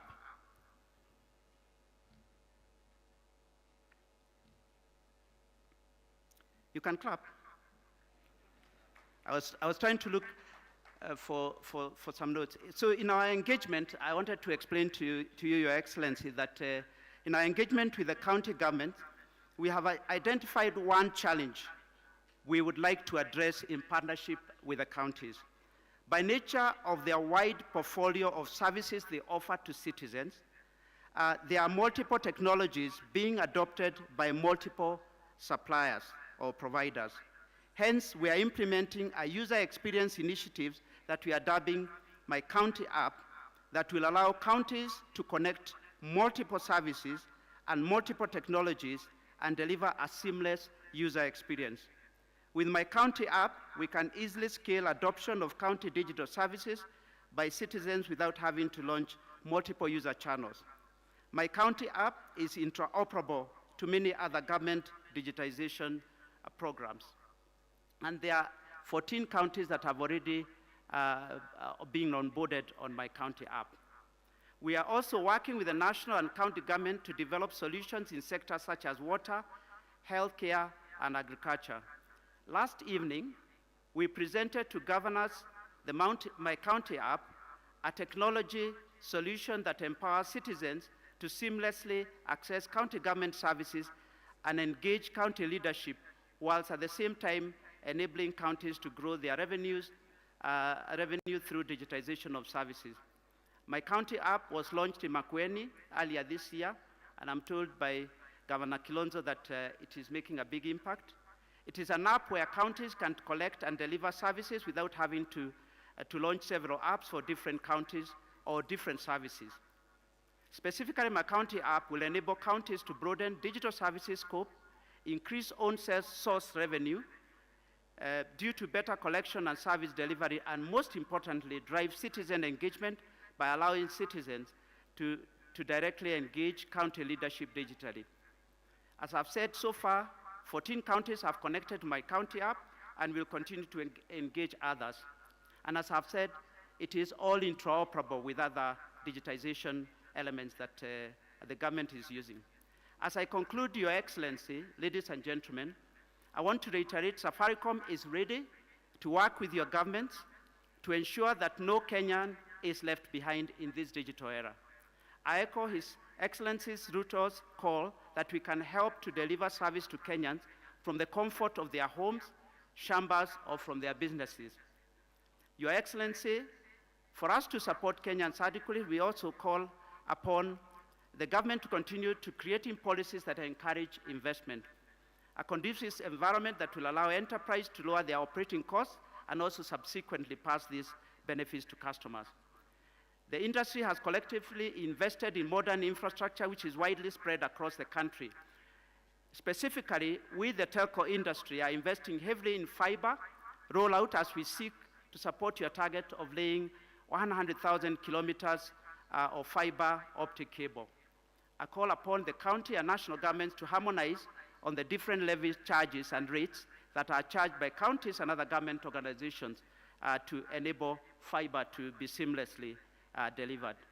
In addition, we ask that the government classifies telecommunication, in particular fiber infrastructure, as critical infrastructure, because today, when roads are being constructed, fiber is cut, and there is no consequence of cutting fiber, unlike power or water. This will ensure that the safety of these assets enable more investment to accelerate the rollout of fiber across the country. We remain committed to making a difference by supporting the economy through job creation, meaningful partnerships, and remain steadfast in paying duties and taxes to the government. Safaricom recognizes that technology has tremendous potential to unlock Kenya's economic growth, solve customer and societal challenges, and deepen digital and financial inclusion. We will collaborate with the government towards projects and initiatives that seek to transform the lives of Kenyans. With these remarks, I thank you, and I wish you all a very successful 2023 Devolution Conference. We are ready to be your partner of choice in digitization, and we are ready to partner to make the future of Kenyans brighter. Thank you very much.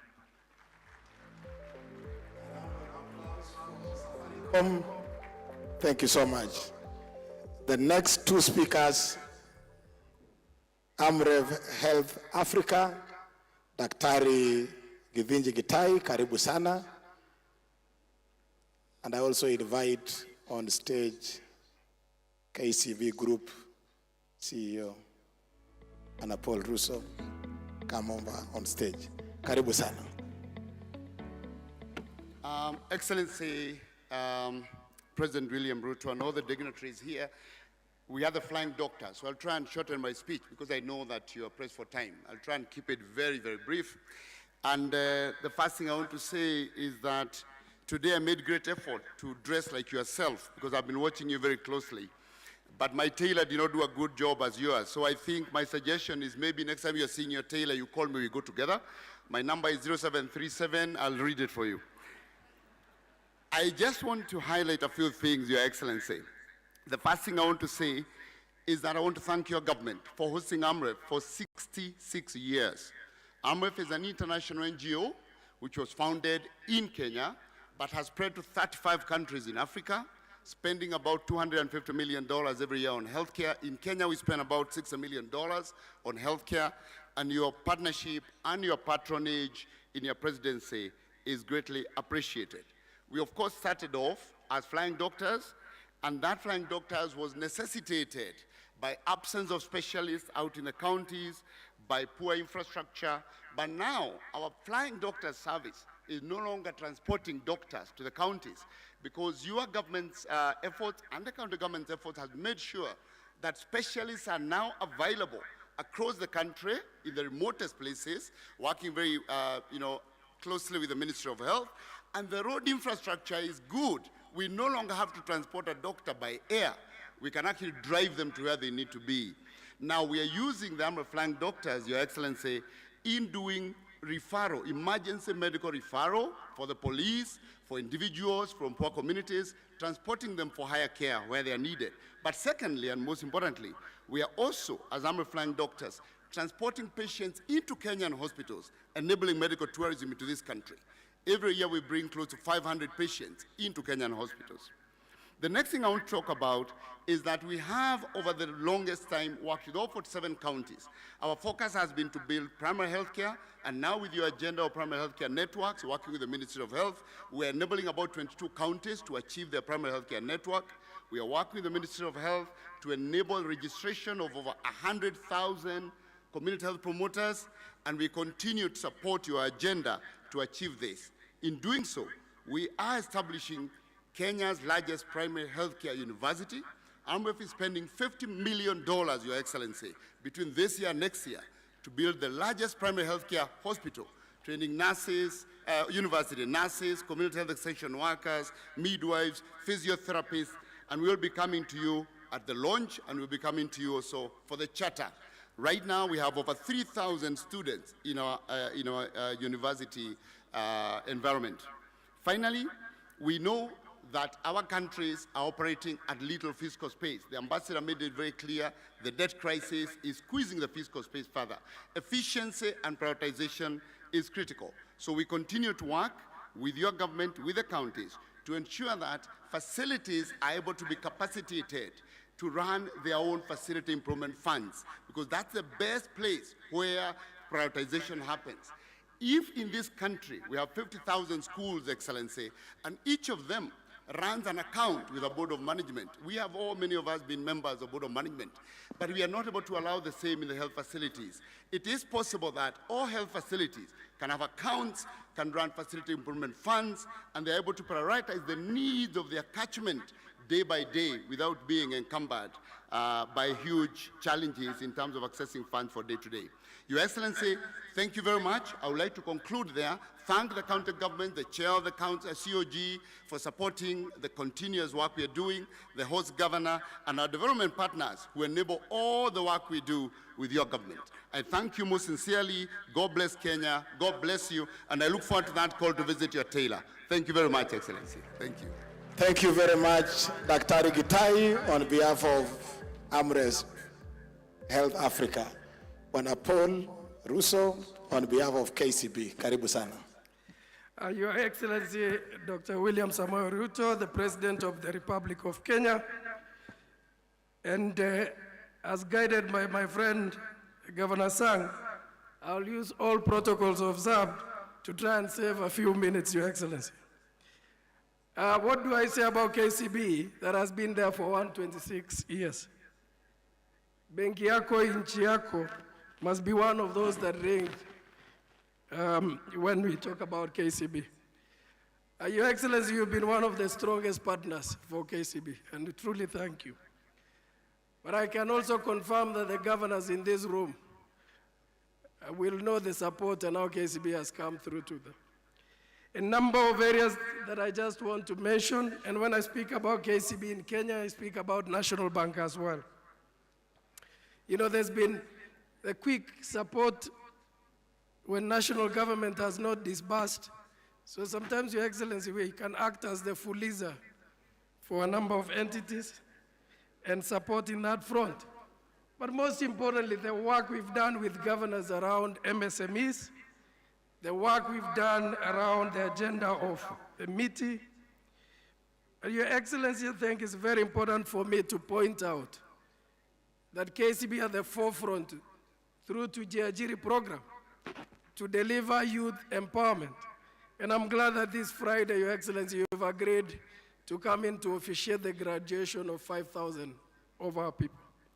We will continue to work with the various ministries and work with county government to deliver transformational partnership. I think, Your Excellency, and thank you to the government owning 30% of KCB, we are not short of capital to support business. I think our single obligor limit is 23 billion. You can imagine what you can do with that allocation. Finally, Your Excellency, in September, we are leading to bring venture capitalists from the US to Kenya to point on to opportunities for investments. One single thing I'll ask governors to support, particularly those who come from the area I come from, is to try and fast-track opportunities for title deeds, Your Excellency, so that those with allotment letters and running businesses can get better funding. I submit, Your Excellency, and I know I have opportunity to speak tomorrow. Thank you so much. God bless you. Thank you very much, CEO, Group CEO of KCB. The next speaker, Your Excellency, is a friend of Kenya, a friend of the Devolution family, the outgoing ambassador, Denmark's ambassador to Kenya, and the chair of the Devolution Donor Working Group, Ambassador Ole Thonke. Karibu sana.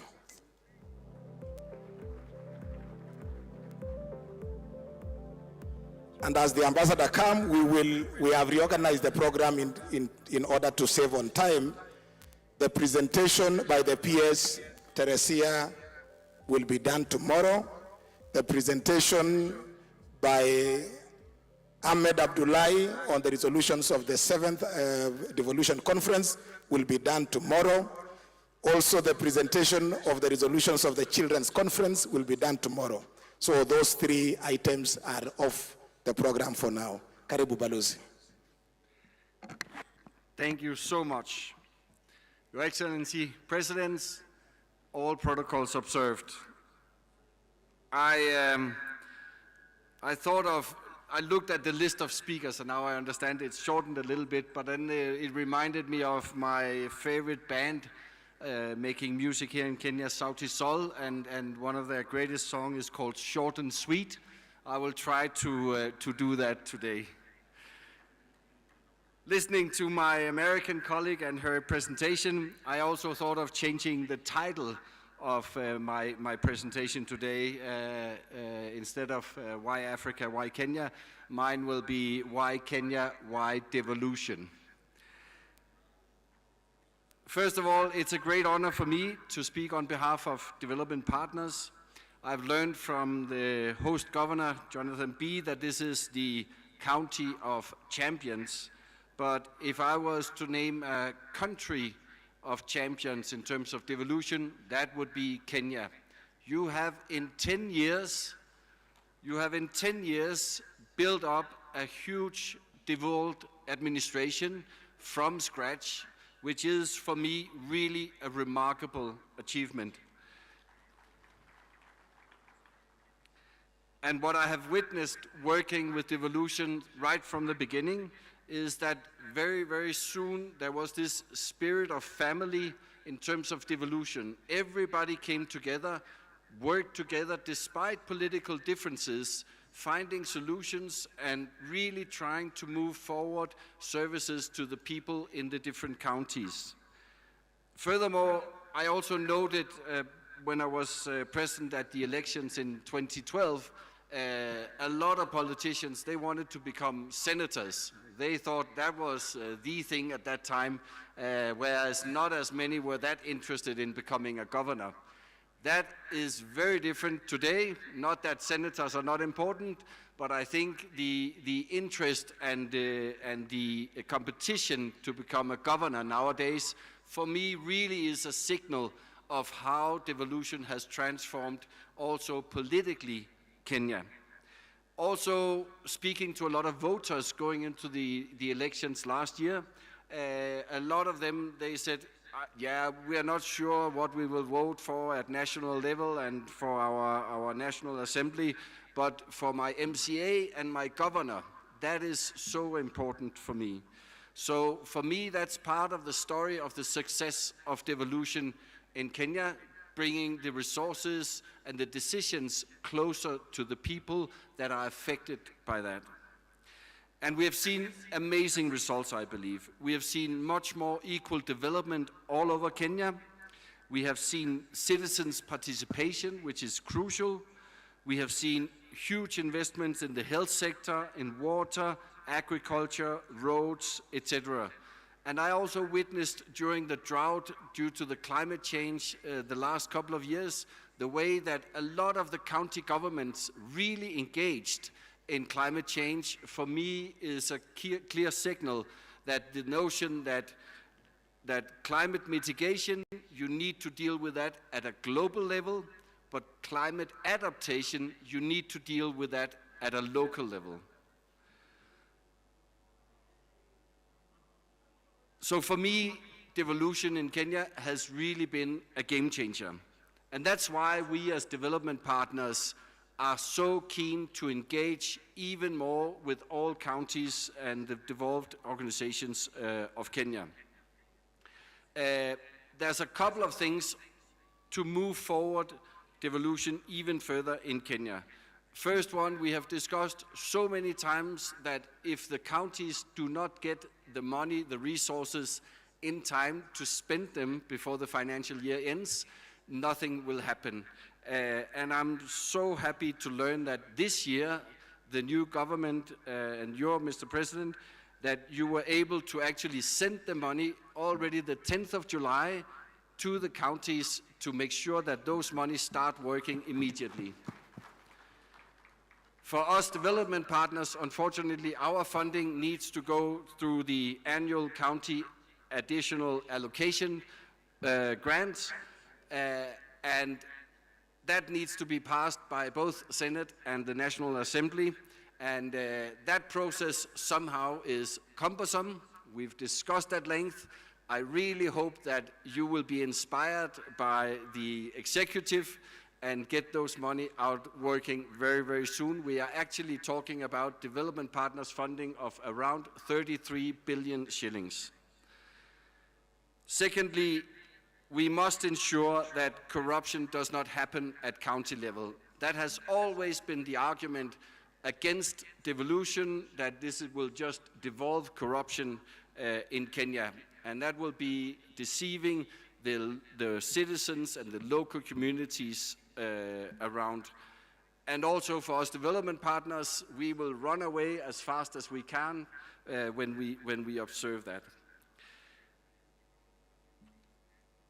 I also noted that one of the first and announced after the elections was that this government wants to transfer the remaining functions according to the Constitution to the counties. I understand a lot of work is going on because it is not an easy task and it involves a lot of resources, but it's underway and we are all really looking forward to that happening. To end, I urge all to recognize that the glass of devolution is actually more than half full in Kenya. Both central and devolved level needs to work together, and they are, to fill that glass even further. And when I was walking through the stands before coming here, I have witnessed so many, both civil society, private sector organizations that are really keen and willing to work with everybody and all the counties to move devolution forward here in Kenya. And I can assure that we as development partners, with these things, we are also ready to pour in a bit of extra water in the glass of devolution. This will be actually my last public speech in my tenure here in Kenya. I really want to thank everybody that I've worked with around devolution. It has really been an honor and a privilege for me, and I wish you all the best of luck. I will follow what's happening in Kenya from a distance. Thank you so much. Thank you very much, Balozi. Next, Your Excellency, is a very short video on 10 years of devolution, just capturing the moments. Kenya has recorded remarkable transformation since the inception of the devolved system of governance in 2013. Devolution has ensured development across all counties, and citizens have embraced this system of governance. It is in this context that the Devolution Conference 2023 is taking place. The theme, 10 Years of Devolution, the Present and Future, reflects on the last 10 years of devolution, provides a platform to showcase achievements and share experiences, discuss challenges, explore opportunities, consolidate the gains, and chart a course for the realization of the aspirations of Kenyans in the next decade. County governments have invested heavily in local infrastructural projects, including roads and streetlights, pre-primary schools, healthcare facilities, and water supply systems, which have significantly improved the quality of life for Kenyans. Tunaona sasa ni vizuri juu hii mradi imetusaidia, imetuletea maji. Na sasa wakati wenye kuna kuanga mvua, hii mvua tunatumianga kwa wakati huo. Lakini wakati wa kiangazi ikiingia, tunatumia hii ya mradi. Tulikuwa tunatafuta maji mbali. Tulikuwa tunafuta majerikani kwa barabara. Tunashukuru Mungu wa juu. Hata kama ni kidogo, mifugo pia inakunya kidogo, binadamu tena wanakunya kidogo. To boost access to affordable and quality health services, county governments have a remarkable 125,400 health workforce, representing 66% of the total core health workforce of 190,000 in public and private facilities. Tunashukuru serikali because hii ugonjwa iko very expensive. Coming kwa devolution, sisi wengine saizi hatukikuwa hai. Hata sisi hatungeweza kwenda Nairobi, hatungeweza kuishi Nairobi, ingekuwa maisha yetu ingekuwa fupi. Recently, a governor had an MOU signed between Zipline Kenya and Nyamira County government that will see emergency drugs being flown from the warehouse of Zipline in Kisumu, where we keep our emergency drugs. A priority for any county, really, because it will save lives. If you have to deliver a blood or antivenom when you have a snake bite in a rural village. Agriculture, a fully devolved function, is the backbone of Kenya's economy. Counties have promoted sustainable farming practices by providing and digitizing agricultural extension services, providing subsidized credit, seeds, and fertilizers. Hapa niko na hii mbegu initiative ambayo ilitoka kwa kaunti yetu ya Trans Nzoia. Naona hii mbegu tumefurahia kabisa. Naona mahindi imeenda juu kabisa na iko na afya mzuri, imegrow haraka zaidi. Tunashukuru county government of Kericho kwa kuwa wametuwezesha kutupandia nyasi, na wakati huu mnaona nimechukua hii yenye wanatusia at subsidized price. The farmers are being helped to grow more coffee bushes, and they are getting the coffee seedlings at a low cost because it has been subsidized. Tuko na miaka 2 nianze nilime hii sweet potatoes. Hii ametusaidia sana kwa kusomesha watoto wetu, kulisha. Na team harvesting marriage manomea na yuto moromo okahinya na yudo pesa moromo. Pesa manongeko onwankan gitinda deke college emanomia mor mar medo pidorech emia amake mutegno. The livestock sector has recorded tremendous growth over the last 10 years. County governments have successfully vaccinated 2,673,486 animals, procured 87,920 straws of semen, and distributed 336,667 chicks in the last 1 year alone. Nashukuru Mungu ameingilia kati, hata wametujengea slaughterhouse. Kwa hivyo sasa tutakuwa tunapata mahali pa kuuza, pa kupeleka kuku zetu. The construction of markets and trading spaces and expansion and renovation of existing ones have all been achieved under devolution. Before tulikuwa tunafanya biashara yetu katika open air market yenye tulikuwa tunanyeshewa, vitu zetu zilikuwa zinaoza, mboga nazo zilikuwa zinachomwa na jua sana, lakini wakati wa devolution ilipokuja tumejengewa, tuko na kabro, tumetoka kwa matope, enyewe hata hatunyeshewi. In education, county governments have given a new lease of life to early childhood development learning and vocational training centers. The ECD centers are now fully integrated into the basic education ecosystem, with over 40,000 teachers employed by the county governments, something that was only a dream 10 years ago. Nilikuwa napata 2,000 na si kwa jumla, nilikuwa napatiwa kama 200 leo, 100, lakini tangu our excellence aingie kwa kiti, sisi walimu wa ECD tumepata mshahara ambao unastahili. To further improve access to ECD services and the overall health of the learners, county governments have invested in school feeding programs to ensure that learners get at least a meal a day. The vocational training centers are growing in stature, empowering the youth with technical skills to prepare them for the job market and promote entrepreneurship. When I come here, I don't know anything, but I have run in weekends. I go outside and search for a customer who will be installed electrical.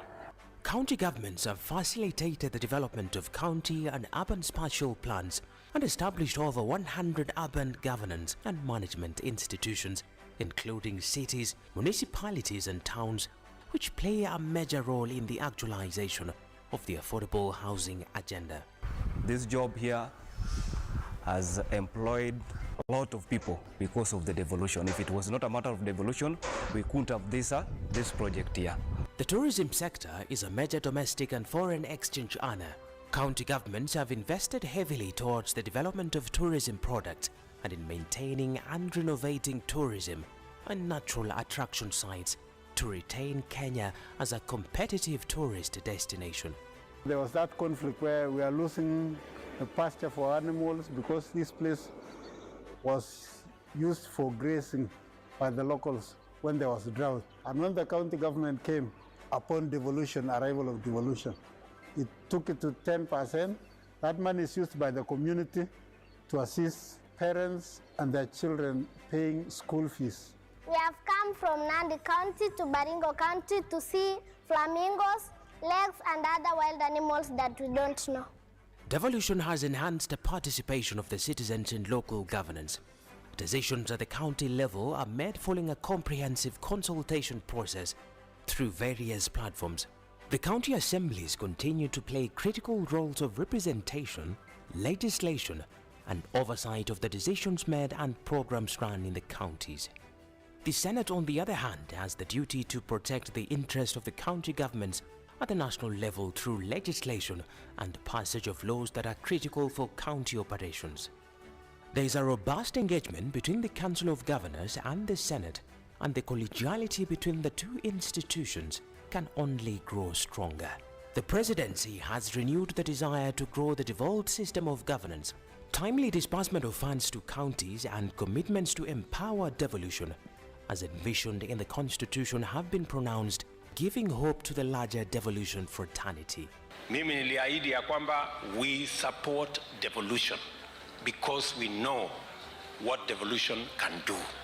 10 years of devolution has placed Kenya in a trajectory of holistic growth. This conference brings us together as a country to reflect on the 10 years and embrace more strategies that will meet the aspirations of the citizenry, offering them more optimism of a great Kenya under devolved units. Ladies and gentlemen, welcome to the Devolution Conference 2023.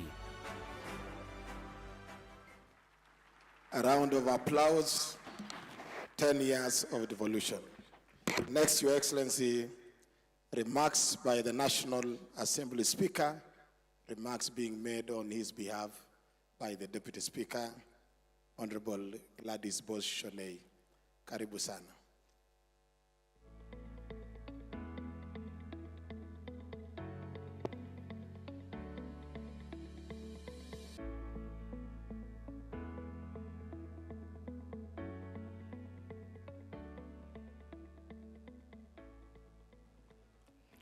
Your Excellency, with your permission, allow me to adopt the protocols that have already been established. I think after listening to Balozi, Megan, I thought we should, everything had been said. So I'll go straight to this speech. I'm reading it on behalf of the Right Honorable Speaker of the National Assembly, Dr. Moses Wetangula. It goes like this. He says, I'm honored to stand before you today on this momentous occasion as we gather here in Uasin Gishu County to celebrate the decade of remarkable progress in the journey of devolution. This conference provides us with an opportunity to reflect on the achievements, challenges, and the bright future that lies ahead as we drive transformation from county level. This conference serves as a testament to our commitment to county governance and economic development. And it is an honor to have His Excellency the President gracing this occasion. Your Excellency, your presence today not only adds prestige to the event, but also underscores the significance of our collective efforts and national government commitment to the devolution process. Your unwavering dedication to the principles of devolution and your vision for an empowered citizenry that has pivotal in driving Kenya's progress. Your leadership and vision have been instrumental in guiding our nation. Distinguished guests, ladies and gentlemen, under the theme, 10 years of devolution, the present and the future, we celebrate the strides that we have made in empowering counties to become centers of economic development. We celebrate the success achieved and the potential that lies ahead. The concept of devolution has led to numerous positive changes that have positively impacted the lives of citizens. We have witnessed the improved healthcare services, better infrastructure, enhanced education, and increased citizen participation in the governance of others. As we gather here today, one of the most notable patterns within the intricate design is the close and symbiotic collaboration between our county governments and the esteemed National Assembly. Your Excellency, our shared vision and of cooperation has enabled us to work hand in hand to address the needs of our citizens. The National Assembly, Your Excellency, will continue to assist the county governments in their daily operations by passing legislation that enables effective delivery and equitable distribution of resources. As we navigate the path of devolution, it is worth acknowledging the intricate interplay between the two tiers of government. Much like the symphony, where an instrument contributes to the harmony as a whole, the collaboration between county governments and the National Assembly has been created and is harmonious. Your Excellency, the National Assembly is committed to deal with the healthcare laws that are pending, the laws relating to the roads and infrastructure, the laws relating to food and feed safety, and other matters of better quality education. Ladies and gentlemen, Your Excellency, allow me to reiterate the 2010 Constitution, which was a turning point in our history. It is where the county governments were born. Your Excellency, given also the trajectory, and according to the UN Women Africa report of 2022, devolution has increased the opportunities for women and other marginalized groups and has allowed them to participate and engage in county-level planning, budgeting, and implementation. This has been great opportunities. And Your Excellency, allow me to end by quoting the Nobel Peace Prize winner, the late Professor Wangari Maathai, who said, "In Kenya, women are the first victims of environmental degradation because they are the ones who have to walk for hours looking for water, to fetch firewood, and to provide food for their families. Given this, I'm confident that the woman today is now has emancipated the degradation courtesy of, the women today have been emancipated from degradation courtesy of devolution programs. And with that, we thank you and wish you fruitful deliberation, signed by Dr. Moses Wetangula, Speaker of the National Assembly. Thank you. A round of applause for the Speaker of the National Assembly. Next on stage, Your Excellency, is His Excellency Musalia Mudavadi, the Prime Cabinet Secretary, to come and make his remarks. Karibu, Your Excellency Musalia Mudavadi.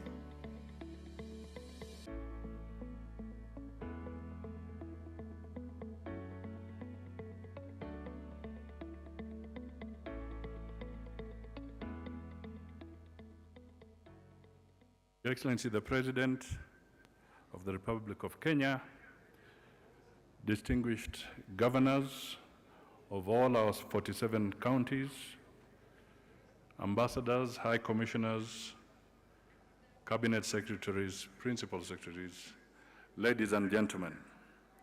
Your Excellency, I'll be very brief. One, I just want to say that indeed, as we mark 10 years of devolution, we can easily say that if the 2010 Constitution is the crown for the country, then devolution is the critical jewel in that crown.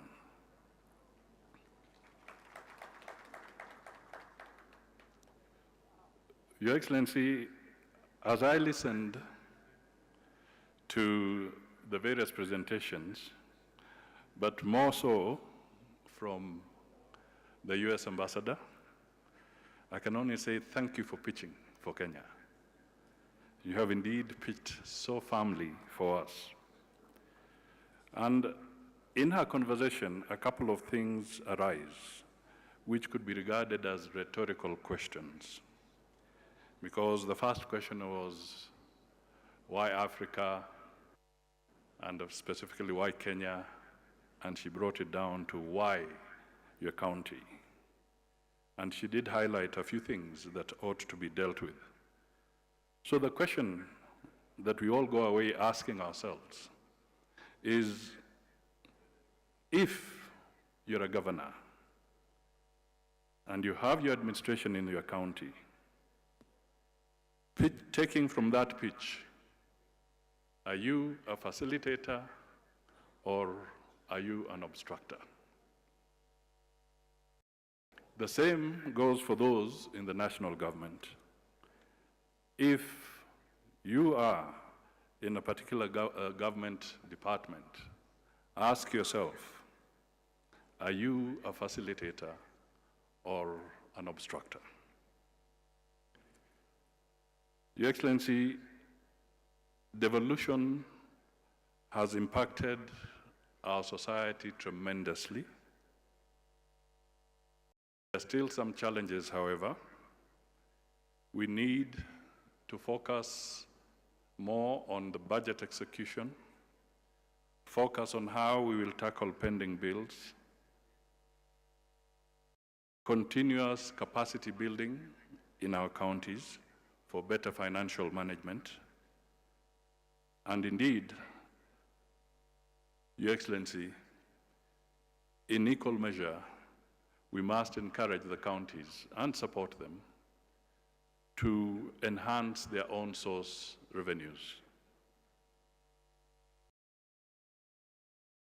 Finally, Your Excellency, because this is your day, let me just acknowledge that your being here has signaled total commitment and unwavering support for devolution. And the members of your government who are here, just to acknowledge, we have about 50% of your cabinet here. I have Rebecca Miano, if she can just stand to be acknowledged. Kipchumba Makomen, Honorable Mithika Linturi, Davis Chirchir, Simon Chelugoi, Eliud Owalo, Susan Nakumicha, Salim Vuria, Florence Bore, Ezekiel Machogu. Is there any CS I have missed? At least that's about 50% of the cabinet is present. Equally, about 50% of the PSs are here.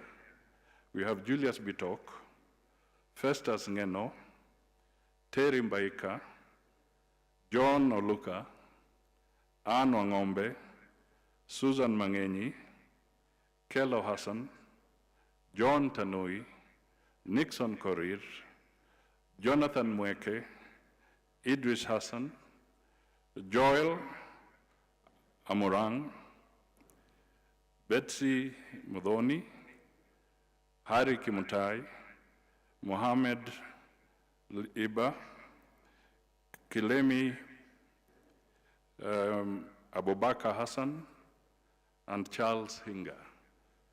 Your Excellency, taking the cue from you, they are taking devolution seriously, and anybody who doesn't, it will be at their own peril.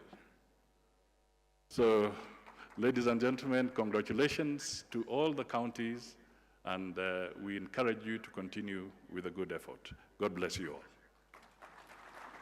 A round of applause for the Prime Cabinet Secretary. Asante sana.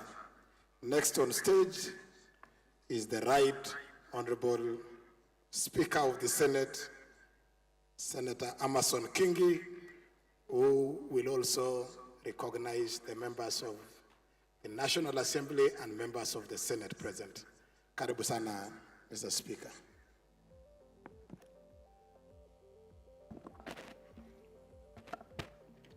Your Excellency, the President of the Republic of Kenya, Dr. William Ruto, allow me to adopt the protocols as cited by the speakers who spoke before me. And before I make my remarks, Your Excellency, allow me also to recognize the presence of senators from the Senate. I will, because of time, maybe I may not be able to introduce them individually, but I will ask them and request them to be upstanding so that they can be acknowledged.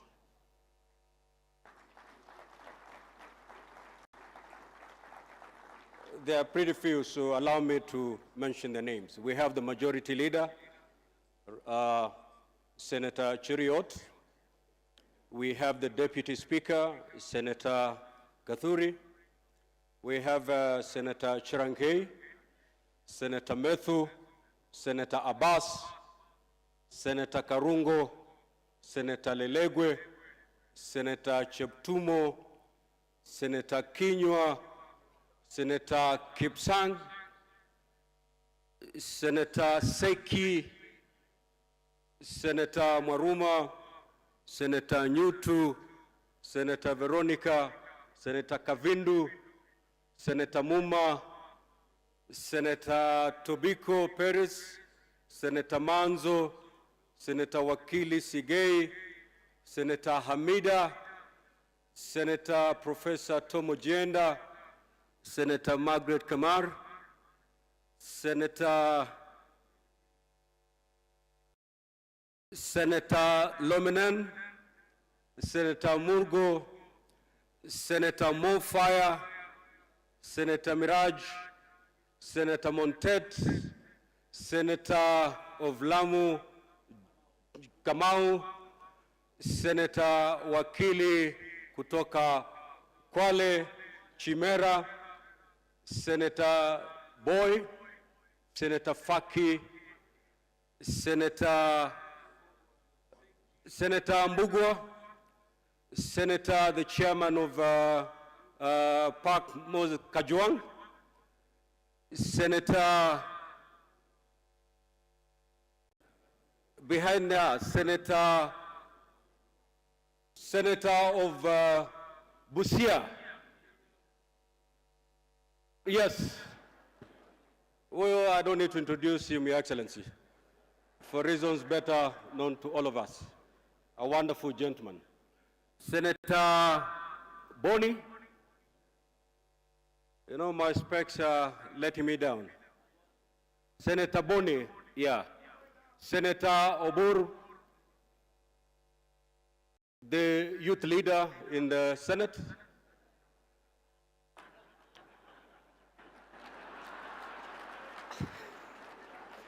Senator Gloria, Senator Hezena, and Senator Eddie Okech. Thank you.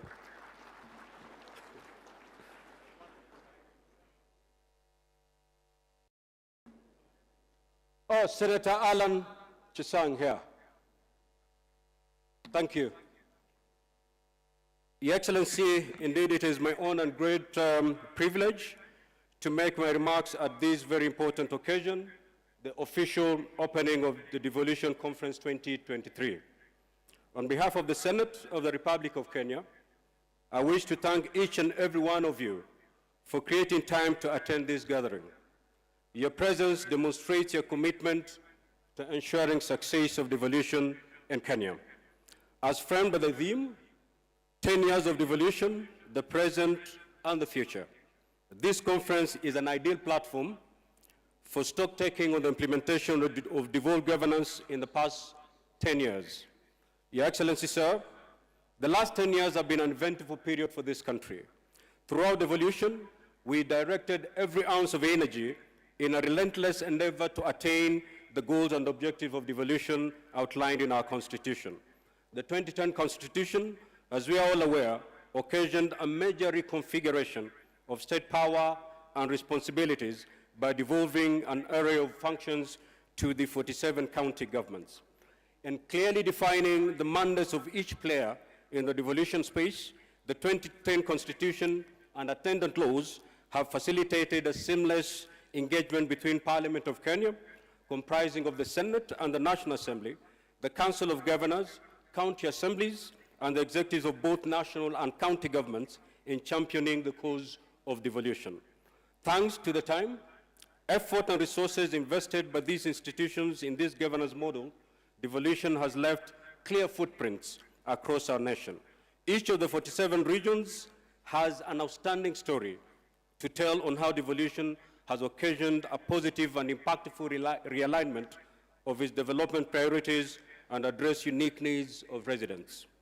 Ladies and gentlemen, it merits acknowledgement that since inception of devolution in 2013, the national government has disbursed a total of 3.3 trillion to devolved units, compared to approximately 289 billion that counties have generated since their establishments.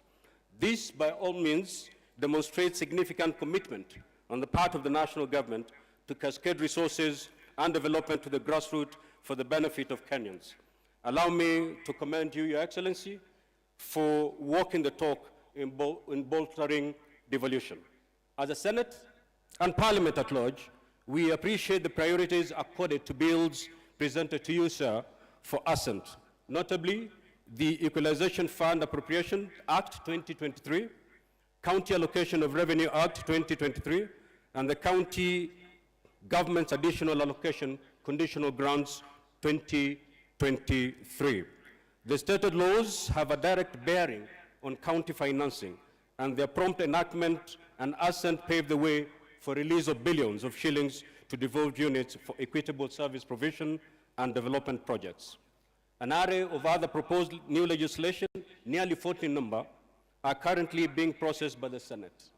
We expect that upon their enactment, the legislation will enhance capacity of counties to tap into the enormous potential that they have in form of natural resources, renewable energy sources, and considerable dynamic and versatile workforce in order to thrive and deliver. For the last 10 years, the Senate's contribution to the success of devolution cannot be gainsaid. Through its legislative mandate, the Senate has provided the legal framework upon which devolution was anchored. The Senate remains committed to undertaking responsive, expeditious, and timely processing of legislation. Your Excellency, sir, as we celebrate these great devolution milestones, we must all appreciate the critical role played by county governments, comprising the county executives and the county assemblies. Their resilience and impactful delivery of the last 10 years stand out not only as solid and irrefutable evidence that devolution is working, but also stand tall as a beacon of hope regarding the future of devolved governance. In spite of what stood out as insurmountable odds during the humble beginnings, county governments got the devolved system off the ground and elevated to its deserved pedestal in our national psyche, sustaining our hope and giving us inspiration as a people. With benefit of hindsight, localized and practical experiences, we are now better informed of what works better in devolved units and what doesn't, and what needs to be done to triumph over these emergent challenges and maintain the positive and catalytic momentum. Hurdles such as pending bills that keep accruing at alarming rates, presently estimated at nearly 160 billion, and noted gray areas in some devolved functions will certainly be confined to the dustbins in history if we maintain this trajectory. This will then accord us the much-needed space, time and resources to shift our focus to confronting other emerging threats of our society, such as climate change, unemployment among our youth, and impacts of geopolitical upheavals and economic recession, to name but a few. Ladies and gentlemen, psychologists and human development experts teach us that at 10 years, a normal human being is expected to exhibit certain discernible traits and habits which affirm that he or she is on a normal growth trajectory. They tell us that milestones at that age reflect a marked growth of independence, especially from the parents, formation of healthy relationships, ability to resist negative peer pressure, assumption of some sense of responsibility, and capacity to make better choices, among other vital traits. In my considered view, this analogy best illustrates where we are as a country on matters devolution. After 10 years of practical implementation, all signs are clear that devolution is now ready for a completely new course in enabling and fulfilling the dreams of Kenyans. As a country, we now expect to see more assertive, accountable, transparent, and resilient devolved units that manifest some level of independence from the national government. We yearn to see counties aggressively pursue more beneficial partnerships, networks, and collaborations, adopt a keen sense of responsibility in pursuit of their goals and objectives, as well as acquire capabilities to make their operations and activities self-sustainable. To this idealism and into realism, I challenge devolved units, with the support of all other partners, to embrace new approaches and models in executing devolution. Counties should be ready to explore and adopt novel and more innovative ways of raising on-source revenue to avoid the over-reliance of the national exchequer. Counties must also be inspired to take advantage of the regional economic blocks for shared economic opportunities and growth. To deepen accountability, which is a key ingredient of good governance, county governments must be ready to come up with more stringent measures to curb corruption and ensure county resources are used for the intended purposes and for the benefit of Wananchi. It will be a big win for devolution if devolved units moved fast to seal accountability loopholes, as periodically flagged by the reports of the Office of the Auditor General and also reports by the Senate committees on PIC and PAC. Your Excellency, as I conclude my remarks, I wish to reiterate that attainment of the great goals of devolution going forward will require more than the work of a single institution. Tapping from my 10-year experience as a governor, and now in my capacity as the Speaker of the Senate, I know for a fact that it will take a collegial and partnership-oriented approach to propel devolution to the next level. I urge county governments to add impetus to the thriving partnership with the national government for enhanced capability, especially in the delivery of targets in capital-intensive areas such as housing, health, trade, investments, and agriculture. For all of us,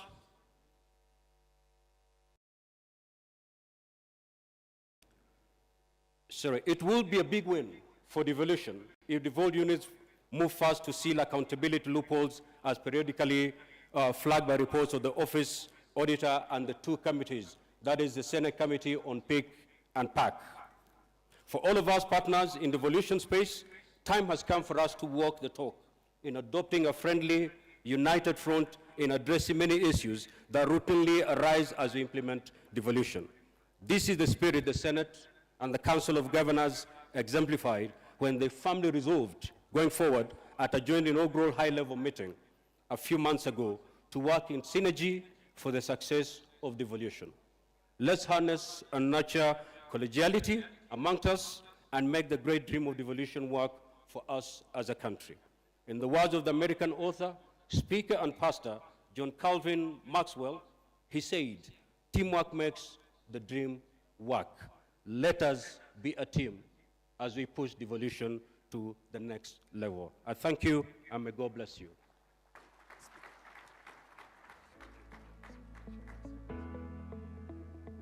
We also have the members of the National Assembly. Please be upstanding so that we acknowledge your presence. Members of the National Assembly. Those are the members of the National Assembly. I may not have your names, but we welcome you to the Devolution Conference 2023. And thank you for finding time to come to be with us. Thank you. Asante sana, Mr. Speaker, sir. Finally, I want to take this opportunity to invite the Chair of the Council of Governors and the Governor for Kirinyaga County to come and make the remarks and introduce or recognize all the other invited delegates and guests. Karibu sana, Madam Governor.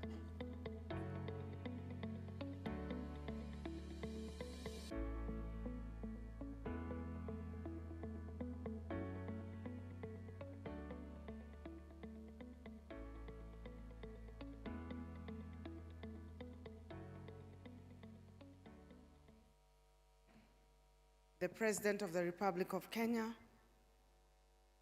Dr. William Samoei Ruto, borrowing from those who've gone ahead of me, Excellency Governors, allow me to say all protocols observed in the interest of time. Good afternoon. I have been requested before I speak to recognize all the other invited guests and participants who are here. So I will request that you just be upstanding for recognition, and we'll recognize them by giving them a good hand clap. Would request all our development partners and all the staff from development organizations to kindly stand up for recognition. Kindly give them a round of applause.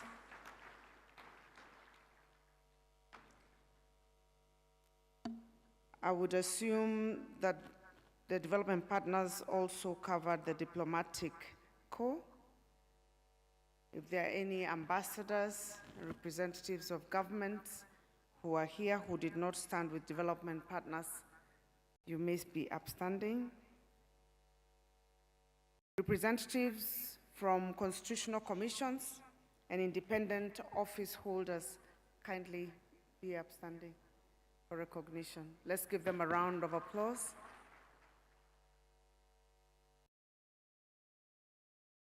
All county assembly members from all the 47 counties would like to recognize you, especially in your role that you play in devolution. Kindly, you may be upstanding. Wow. Let's give them a better round of applause. They're almost half of the room. Karibuni sana. All the speakers of county assemblies who are here, kindly be upstanding.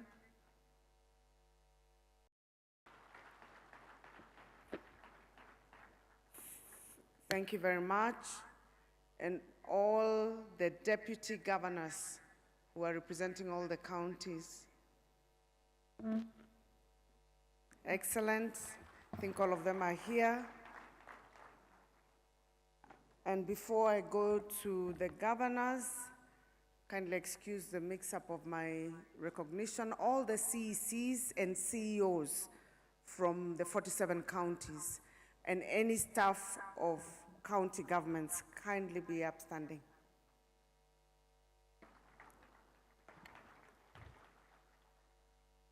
Excellent. That's a very good number. We appreciate you. And finally, I would like to recognize my colleagues who are here. We are the hosts of the conference. I will ask them to be upstanding, and I'll try as much as possible without my specs to see who's there.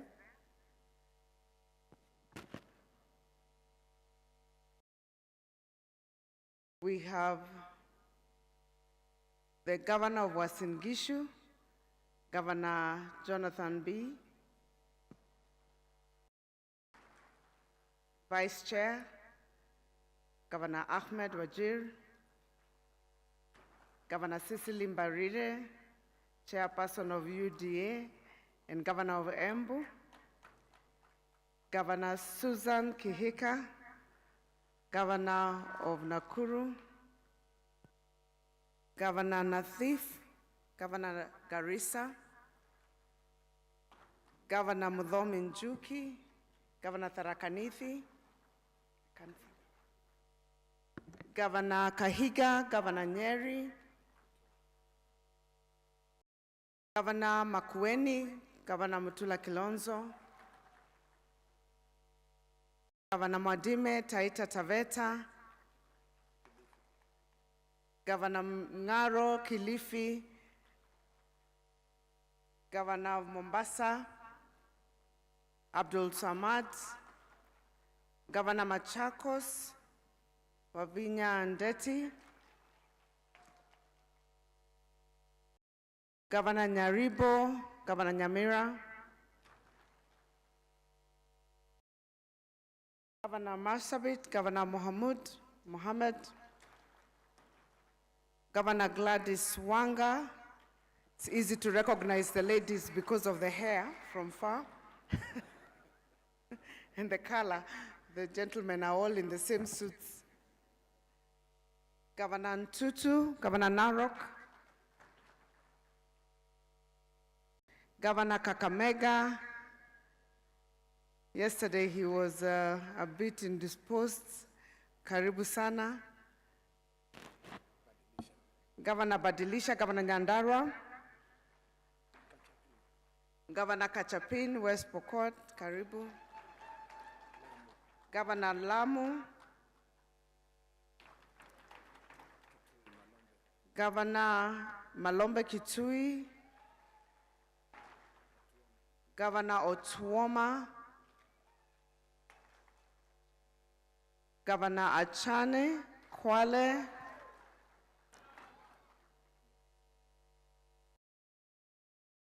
Governor Mwangaza, Meru County,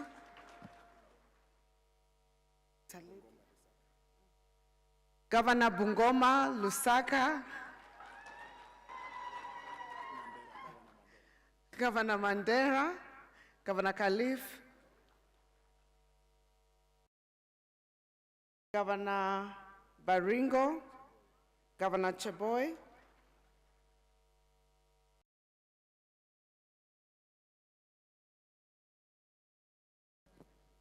Governor Turkana, Governor Jeremiah,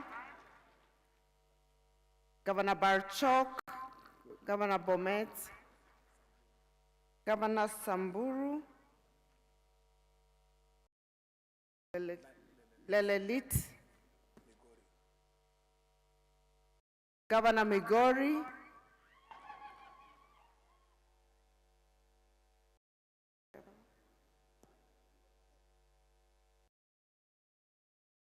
Governor Kangata, Governor Muranga, Governor Irongo, Governor Laikipia,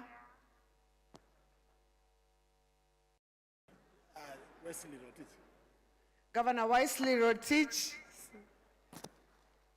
Sorry about that. Governor Mtai Kericho,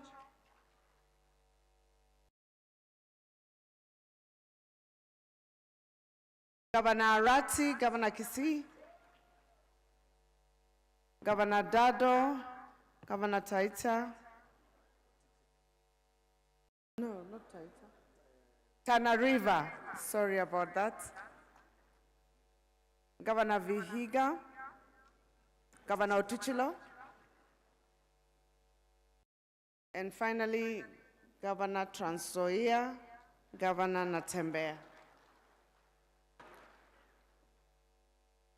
That's it. Yeah. So, apologies. Governor Kiambu, Governor Wamatangi.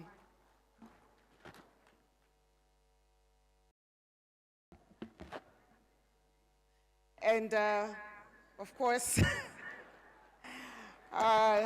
Chief Whip, Governor Nandi, Governor Stephen Sang.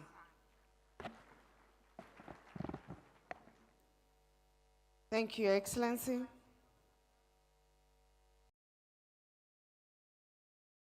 Let's give Governor Nandi a hand clap for steering the session very well.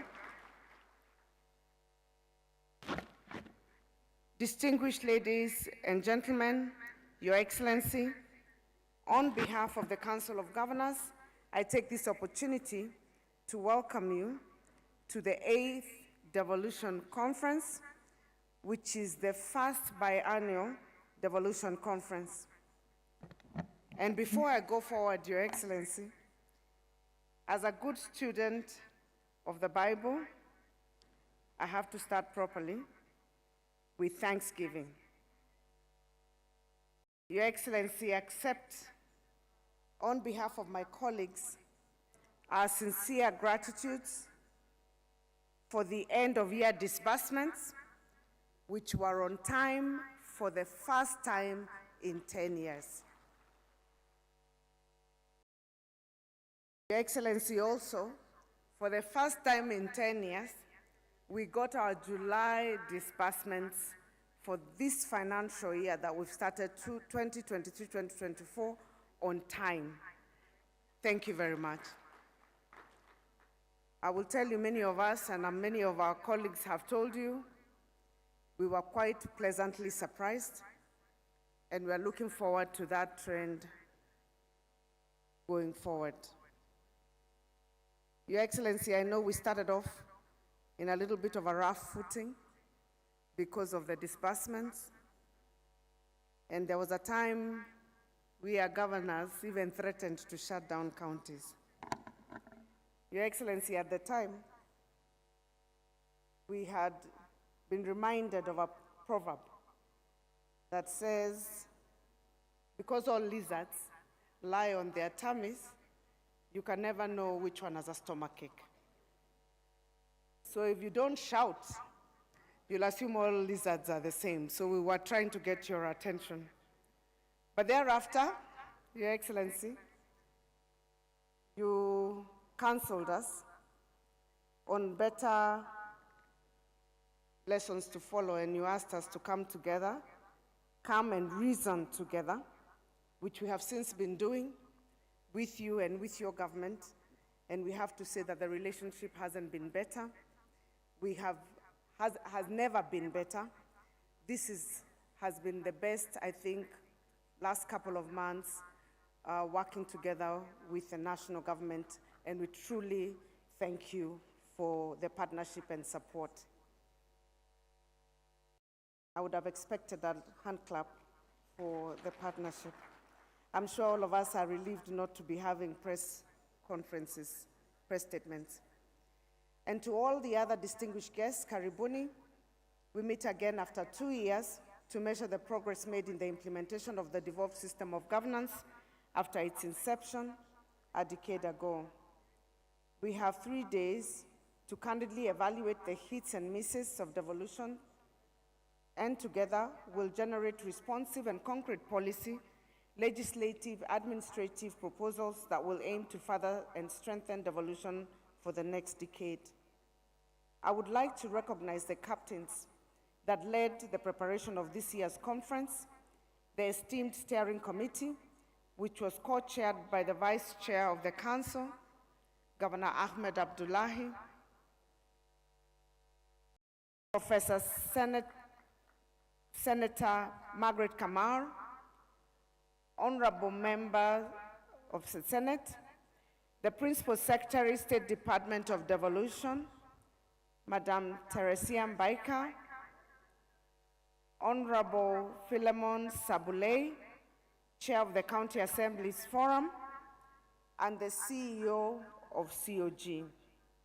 My heartfelt gratitude also goes to the Planning Committee and all other institutions represented here who selflessly committed their time and effort to plan and prepare for the conference.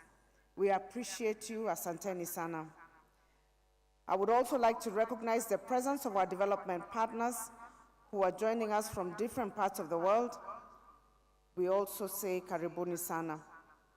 Ladies and gentlemen, we gather in Eldoret this year in the context of the following.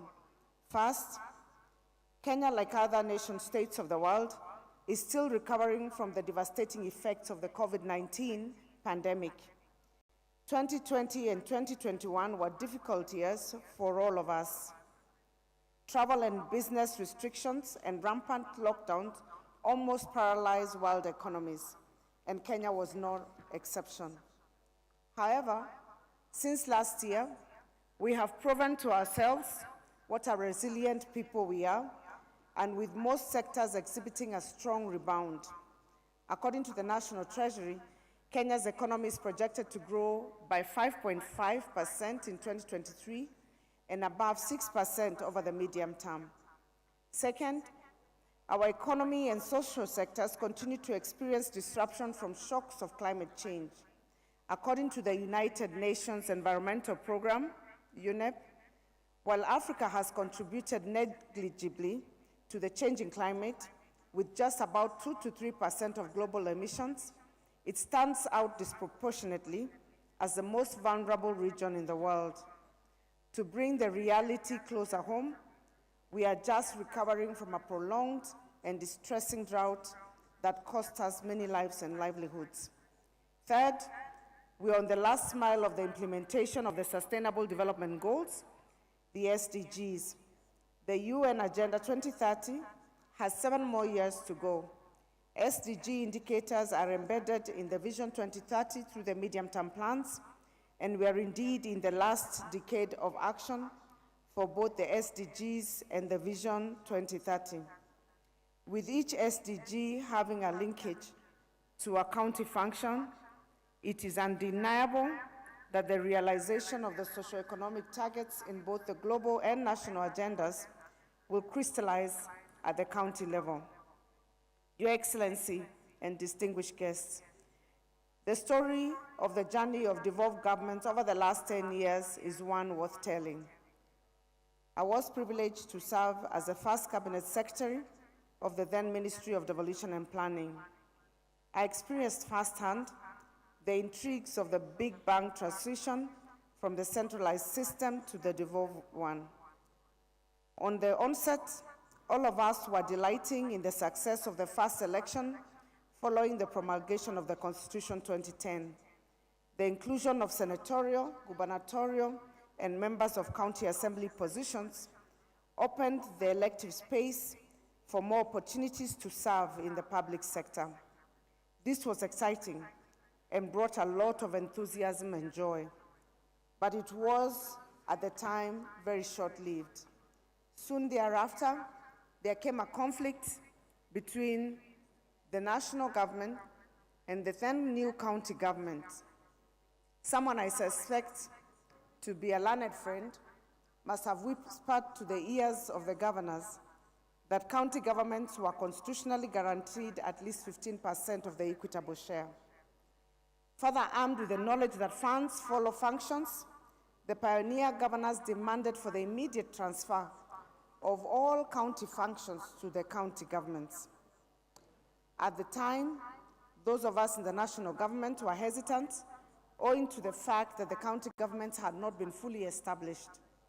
But in hindsight, transferring critical functions to counties was a good decision, despite initial transitional challenges having been thrust into the deep end.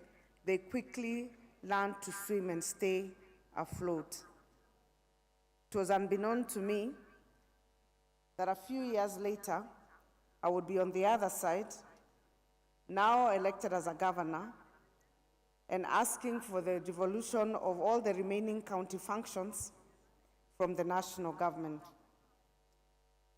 We have realized that this political space of ours is quite mobile and not fixed, and therefore we have agreed even with the Senate to continue working in harmony, because you don't know, those who are on this side as governors may end up as senators next time, and those who are members of parliament as governors, and vice versa.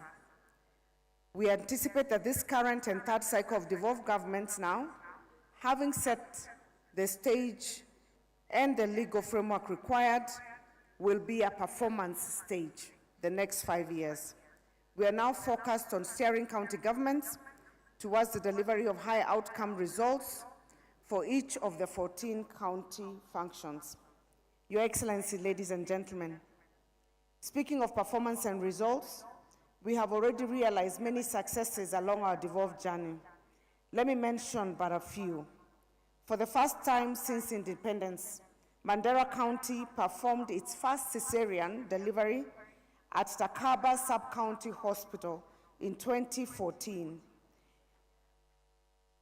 In Samburu County, maternal deaths have over the last 10 years declined by over 79% since the county government constructed housing units within the health facilities for expectant mothers to move in with their families weeks before delivery. In 2013, At the time county governments were taking over the health docket, there were only 8,466 health facilities across the country. As at the time of reading the State of Devolution Address in 2022, there were 13,722 health facilities in the counties, almost double. Many counties have improved their community health outreach, improved human resource allocation and skills, as well as improved their medical facilities to level 5, such as in Kakamega and Kirinyaga, and upgrades to level 4, such as in Wajir. In the last decade, we have seen county health facilities offer specialized services such as dialysis, thereby reducing the burden on national referral hospitals.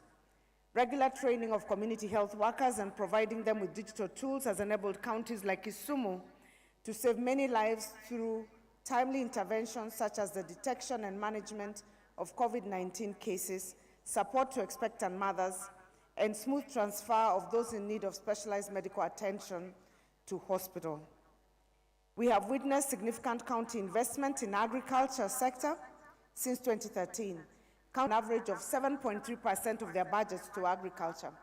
The initiation of the 1 cow per household program in the financial year 2013-2014 by Kakamega County has translated into the following.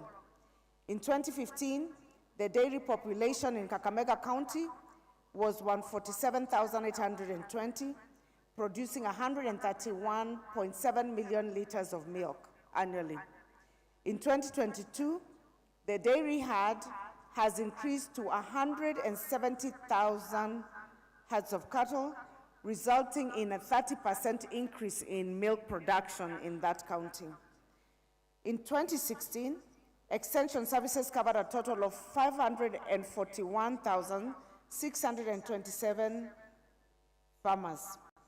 When I read the State of Devolution Address on 30th June 2023, I reported that farmers accessing extension services now in Kenya total 3.9 million 555,182. In the trade sector, as of 2022, county governments had registered 124,420 micro-enterprises, 87,153 small enterprises, 34,727 medium enterprises. To support these businesses, counties have set up enterprise funds that have benefited over 7,000 SMEs through the disbursement of loans and grants. These are quantified in meat production areas such as in ASAL counties, high fish production in non-traditional counties, as well as continuously improving yields in cotton, rice, coffee, and tea growing counties, production in those counties. The Wezesha Kirinyaga Economic Empowerment Program is a county initiative whose objective is to organize farmers' groups into cooperatives to enhance their capacity for the sustainable commercialization of value chain-based activities. By incorporating digitization and related technologies and aggregation centers, new income streams have resulted through chicken rearing, egg production, aquaculture, and fingerling production, dairy farming, and enhanced milk production, improved tomato farming through certified seedlings, amongst other value chains. The Wezesha Kirinyaga program has had a far-reaching direct impact on 49,697 farmers, and there are an additional 148,973 farmers who have benefited indirectly. The innovative Chuka market, which has accretion in Tharaka Nithi County, has provided emotional security for parents and enables traders with young children to better focus on their trading activities. There is so much more, like ECD improvements in Kwale. Wajir is now growing vegetables, urban planning in Vihiga powered by digital innovation, and there is a lot more that we've also seen in the video. As I tie up my quick highlights of county successes, I cannot forget to mention the fact that county governments have been at the forefront of promoting the adoption of climate-smart technologies and solutions. The county government of Kilifi is leading efforts to conserve the environment by encouraging residents to reduce charcoal use and turn to briquettes as a clean source of energy. Through the Voices of Just Climate Action Initiative, birthed from the signing of a 5-year partnership with the Clean Cooking Association of Kenya, the county has donated briquette-making machines to its 7 sub-counties as a strategy to reduce deforestation and charcoal burning. There are over 200 stories relating to best practices and innovations on the service delivery that have emerged from counties in the last decade. I cannot mention all of them today, but I invite you to visit our Marifa Center to witness the remarkable transformation documented in the devolved sector. Let me make a clarion call to all devolution champions. Devolved governments have faced and continue to face a myriad of challenges: shortage of funds, misalignment of policies, laws and administrative actions, slow implementation of intergovernmental decisions, sometimes ineffective management of human capital, slow implementation of intergovernmental decisions, among numerous other factors. These setbacks collectively undermine the powers and functions of county governments. Having seen what devolved governments have achieved and realizing their potential to do much more, even faster, allow me to make a clarion call to all devolution champions. Let us be driven to grow our nation. Let us endeavor to match the aspirations of our people. Let us commit to deliver timely services to our citizenry, and let us wholeheartedly commit to placing Kenyans first, as in Kenya Kwanza. Very often, in the discourse around devolution, county governments and development, county assemblies are often disregarded and sometimes overlooked. Allow me, Your Excellency, to take this moment to raise an issue on behalf of the county assemblies.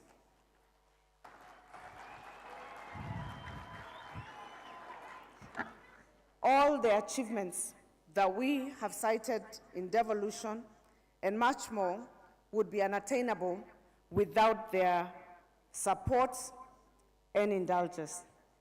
In the wisdom of hindsight and experience, we should accord county assemblies their rightful place as the load-bearing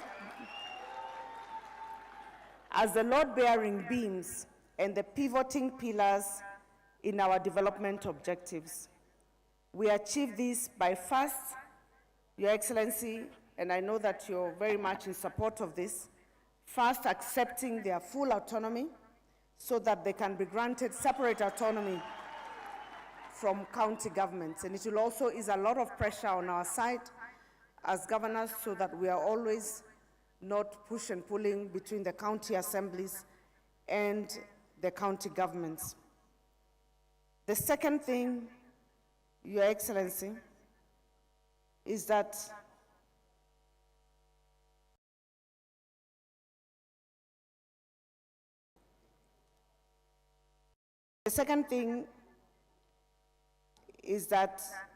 as your government strives to excel from the bottom up, county assemblies are in fact the footprint of government for Mwananchi. Their community obligations, Your Excellency, as you well know, may not be sufficiently captured in their job descriptions. Yet their remunerations has been reduced over the year. Your Excellency, you can imagine those who are county assembly members in the previous and ran again to be re-elected, only to come and find that their terms had been reduced. I know, Your Excellency, that you're wise, you're kind, you're long-sighted, you're visionary, your resolve is all that is required. And Your Excellency, all I can say is that for the county assemblies,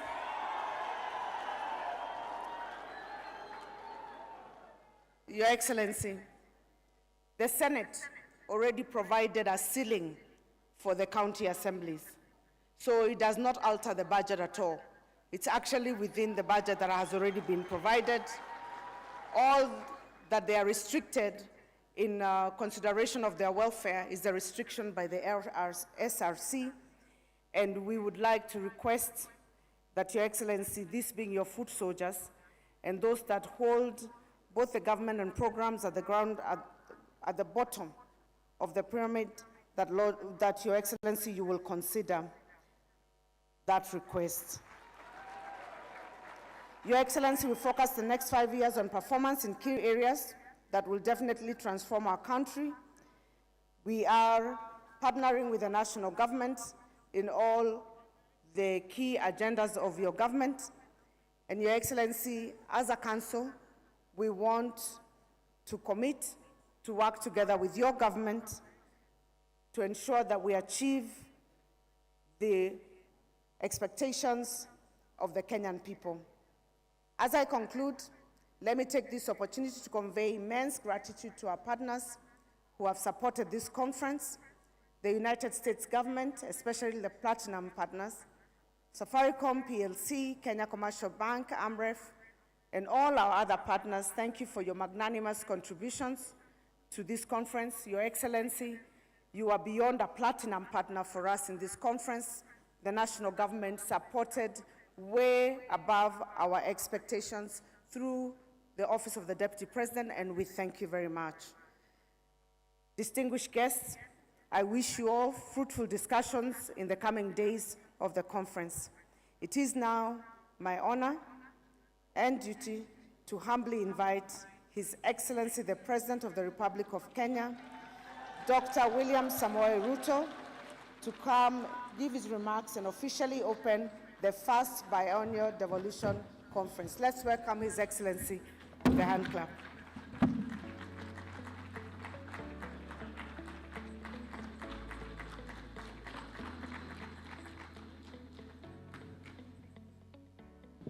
Asante sana, Madam Chair. Tafadhali, let's take our seats. Thank you very much.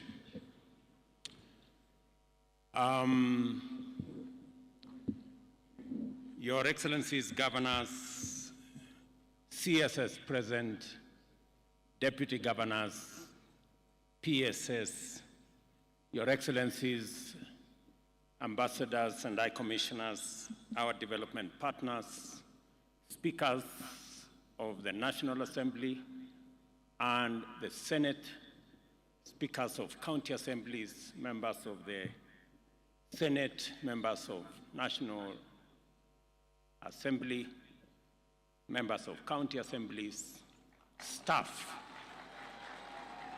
of our national and county governments, ladies and gentlemen, good afternoon.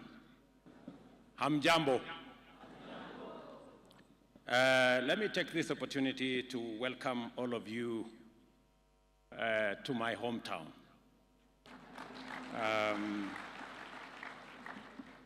Just to give you a bit of geography, I went to primary school, pre-primary school actually, about 25 minutes drive northwest of here. And I went to secondary school, maybe 2 minutes drive from here to the school I went to there. And so, while I am here, I am a village boy. So welcome, and I am truly, truly grateful that the first Devolution Conference you have granted my home county and my hometown the honor to host. I am delighted to be with you today as we commemorate the 10th anniversary of the most transformative achievement of the radically progressive constitution that the people of Kenya gave to themselves 13 years ago this month. Our country's constitution-making journey covers many historic milestones, of the struggle for a new dispensation for true political, social, and economic freedom, and our collective quest for a nation to complete the journey begun by our forefathers who fought valiantly to resist colonial rule, as well as our brave freedom fighters who sacrificed immensely to win sovereignty for our nation. In this journey, the people of Kenya engaged each other across the country with courage and determination and negotiated relentlessly on the understanding that a new governance paradigm was absolutely necessary and, in fact, inevitable. As we reflect and reminisce about constitution making, one thing becomes absolutely clear. In all the bargainings, horse trading, deal making, and consensus building that went into the various processes which contributed to the development of the drafts that formed the basis of the ultimate document, the citizens of Kenya were emphatic, persistent, and unequivocal about one thing: that decentralization, sharing, and devolution of power and resources was both overdue and, in fact, it was non-negotiable. And that was agreed across the country. As the Latin proverb goes, the voice of the people is the voice of God. Based on this unambiguous imperative from the people, leaders exercised very limited authority to debate and negotiate the modalities of instituting effective devolution that would actualize the people's and most cherished aspiration of devolution. In other words, the question was never whether devolution would happen, but only in what form. The drive to devolve stemmed from the bitter experience of extractive colonial institutions, which invested heavily in the White Highlands and brutally neglected elsewhere. This practice found expression in the National Economic Planning and Development Policy promulgated shortly after independence, which formalized inequalities and marginalization and led to the emergence of zero-sum politics and gross inequality in the allocation of public resources that informed our early years of our nationhood. This resulted in underdevelopment and economic stagnation, weakening of nationhood through strained bonds of cohesion and common endeavor, and a torn social fabric. Kenyans knew what the problem was, and as well, they knew what was the cause.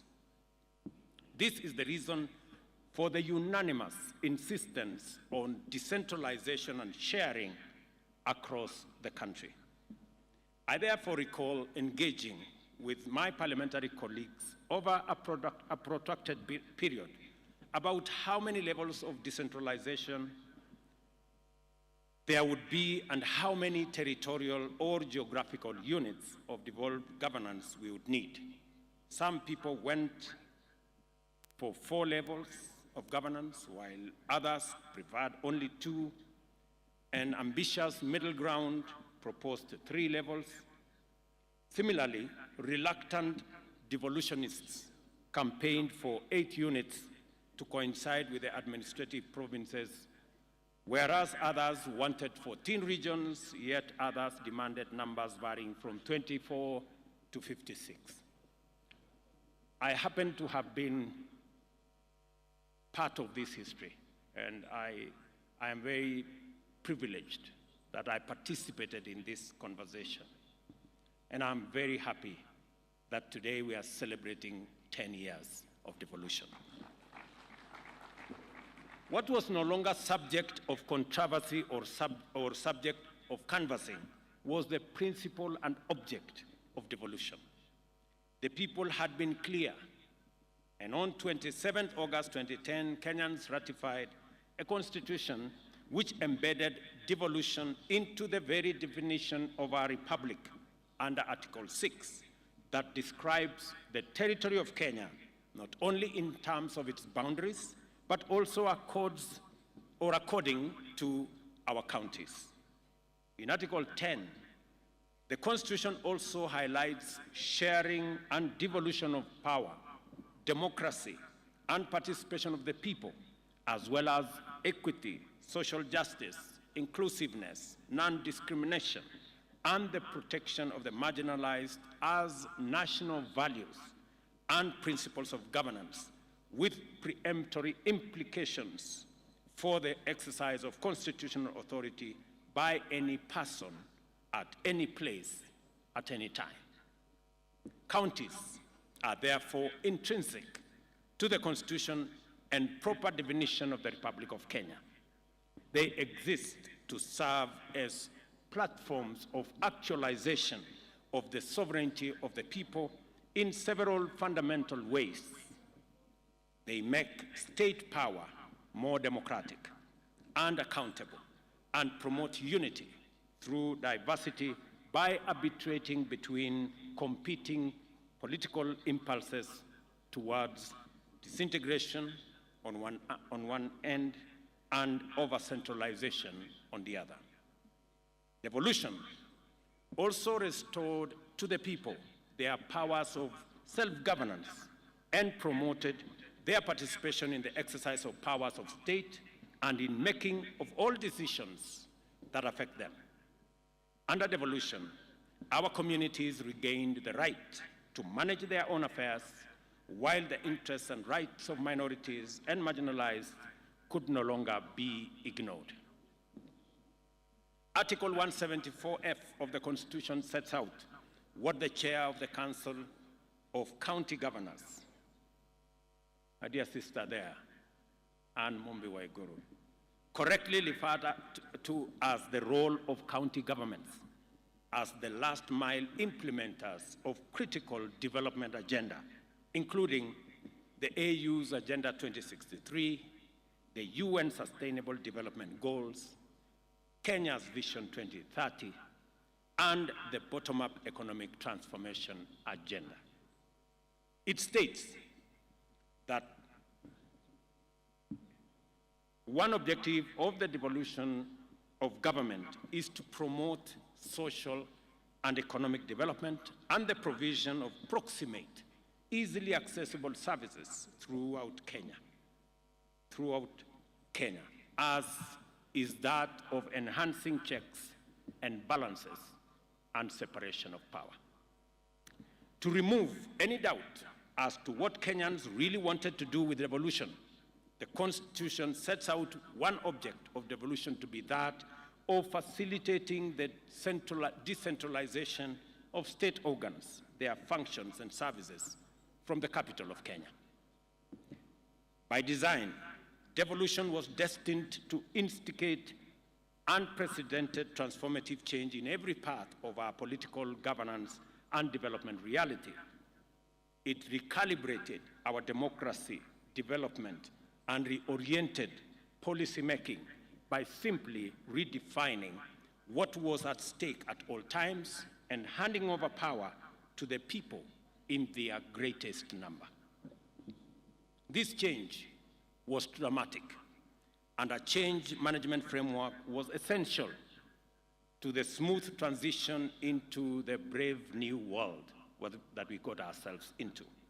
Despite the efforts of the Transition Authority and the Commission for the Implementation of the Constitution, the inauguration of devolution a decade ago was fairly noisy. And I know it because I have had the privilege of being the chair of IBEC since the first day we rolled out devolution until I changed jobs. Executives of both levels could not agree on mandates, each suspicious that the injury of losing functions would inevitably be followed by the insult of losing funding. Legislatures, too, had their friction. At the same time, county assemblies and executives had many a disagreement over respective authority and limits, while at the national level, the Senate and the National Assembly engaged in a tug of war over oversight and budget-making mandates, even as both eyed the national executive with restless suspicion. We were suspected by the National Assembly. We were also suspected by the Senate. So we didn't have many friends. The Council of Governors quickly emerged as a forceful champion of quick and total devolution, challenging elements in the national government which were still reluctant to let go of many powerful functions. I remember we had in the law a period of 3 years to transfer functions, but we transferred almost 90% of the functions in the first year.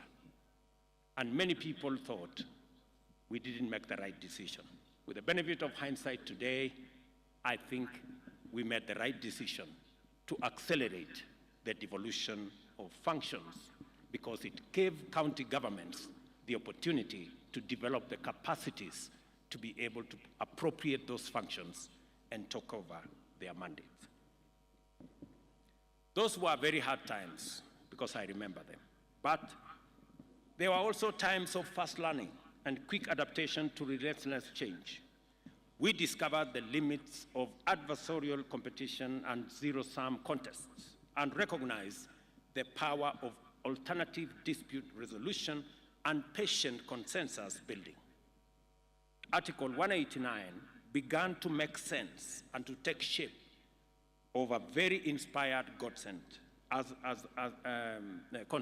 while the intergovernmental frameworks, Intergovernmental Budget and Economic Council, and the Intergovernmental Summit revealed their value because we managed to sort out many things using these frameworks in a negotiated way rather than taking things to court. Once everyone was finally clear that there were no losers, no winners in the transformation, and that devolution and Kenyans had won, leaders at both levels of government finally got round to recognize the brilliant genius of the people of Kenya in never once doubting the power and the promise of devolution. Devolution has grown tremendously in a decade. It has matured from a delicate fledgling with limited institutional capacity to administer resources, provide services, and generate own revenues, to fully operational governments touching the lives of people at the grassroots, undertaking ambitious development programs and driving economic growth. And we commend our county governments for the transformation that is visible in the Republic of Kenya. There remains much more to do, and many shortcomings are still evident. But only a serious, inattentive person would say today that devolution has no impact in any part of Kenya. And you have to be really ungrateful. Very often, many of the positive outcomes of devolution are evident to those who have observed our rural areas and formerly remote and neglected regions over time. I am particularly encouraged by what we have achieved in the areas of health, agriculture, education, infrastructure, trade, development in the last 10 years of devolution. It is true that devolution has encountered setbacks owing to poor coordination, administrative rigidities, and inefficiencies, which have suppressed effective performance. At the same time, there remains capacity shortfalls, which also contribute to suboptimal performance and frequently poor to absent implementation of policies, programs, and projects. It cannot be denied that on the whole, the management of the equitable allocation framework can do with a timely and more efficient administration. Delays in disbursing allocation to counties have tremendous negative effects which cascade all the way to the households at grassroots level, leading to poor outcomes in many sectors. There is no excuse for this, and we simply have to do better.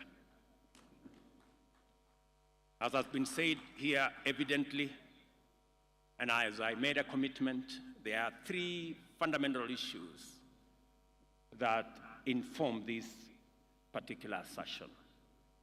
Number one, we made a commitment that we are going to analyze and frame all the remaining functions that are still being discharged by national government and transfer them to the counties. I am very happy that between the national government and the transition, the committee that is responsible for that job and the other stakeholders, we have finally agreed on the functions that should be transferred. An analysis is going on the funding that will accompany the transfer of those functions. And I am told that in the next 60 days, we should be able to transfer all the remaining functions to our counties. Number two, as was said by the Council of Chair, the Chair of the Council of Governors, being a strong believer in devolution and having made a commitment that we will do what is possible to make sure that we try to the extent possible to keep to the timelines of disbursing money that is due to counties. Two things have happened. Unlike last financial year, where we crossed the year with about 30 billion due to counties, this year, I did make sure that every cent that was meant for counties was paid before we closed the books for last year. And again, we have paid the July allocation on time. I intend, to the extent possible, to keep to this schedule so that counties can manage their issues, deliver on their mandate, serve the people at the grassroots, roll out their programs, implement their projects in a timely manner and in a way that benefits people at the grassroots. It is for the reason that I have managed to do that with my administration.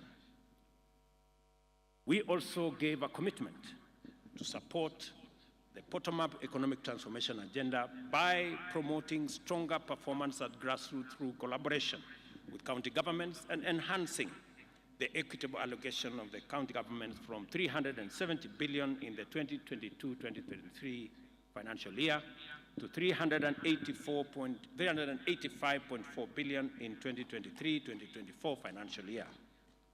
The Equalization Fund was also allocated 8.3 billion, an increase of 1.2 billion in the same period. We made a firm commitment to the people of Kenya to strengthen devolution by implementing specific interventions. First, we undertook to transfer all the functions, as I have said. Second, we pledged to implement a framework that ensures national agencies carry out devolved or shared mandates, operate a funding followed functions principle with respect to devolved functions, which I have said we will roll out in the next 2 months. Additionally, we promise to support county governments in improving their capacity to generate their own income and reduce over-reliance of transfers from the national government. I will speak to that later. Further, we vowed to ensure that shareable revenue is transferred to counties in a timely and predictable manner and in accordance with the law. Finally, we undertook to transfer funds owed to beneficiary counties under the Mining 2016 and the Petroleum 2019 Acts, and to collaborate with counties to increase the capacity of such counties to benefit from extractive resources, money that I have instructed to be disbursed this year. We recognize that the bottom-up economic transformation agenda will achieve its highest potential and lift up the highest number of people if we focus thoroughly on collaboration with county governments in order to empower them as the stewards of development at the grassroots or at the bottom, as it were. I recognize the merit in demands for increased allocation of shareable revenue to counties. I also realize that even if devolution is, by law, a two-tier affair, it should, in practice, reach the lowest and smallest possible unit of political organization. Under the principle of subsidiarity, the ward must in time become a central driver of bottom-up economic transformation. I am also in support of taking devolution to its fullest extent. I thank the Council of Governors for the well-organized format of this conference, and I know the chair has mentioned two other things apart from what I have mentioned: the issue of making county assemblies truly independent and financially so. I think that is an aspiration, and that is a concept that I share, and we will work with the necessary stakeholders and institutions to make sure that the Senate provides the framework for the independence of our county assemblies so that they can have their independent votes. I know a matter has been also raised about salaries and allowances. That is a very difficult one, I must admit, because the balance is between increasing the salaries of those of us who have jobs or creating opportunities for the 4 or 5 million who do not have a job. That is the conversation we must have. So it is quite a balance, you agree. So hapo iko kizungumkuti kidogo na tutaongea. What I want to promise you is that we are going to work with all the institutions, because I have requested SRC to give us a proper advisory on the matters of salaries and wages. It is a subject that, as a country, we must confront. We must know that from the president to the assistant at the office, we all work for the people of Kenya. We live in the same country. We take our kids to school. We provide for their upkeep, provide for their food. We pay the hospital bills, all of us. And therefore, pay must reflect the fact that we all serve the same people. And we have come to discover, for example, that there are people who have awarded themselves salaries, people in some parastatals, people in some other institutions who earn more than the president. And you ask yourself, what is this job this fellow is doing that is so, so there is a conversation we are going to have. So I want to tell my county members of county assembly, that is a conversation we are going to have, and you are going to be treated the same way members of parliament who are serving in the legislature will be treated. I further commend the organizers of this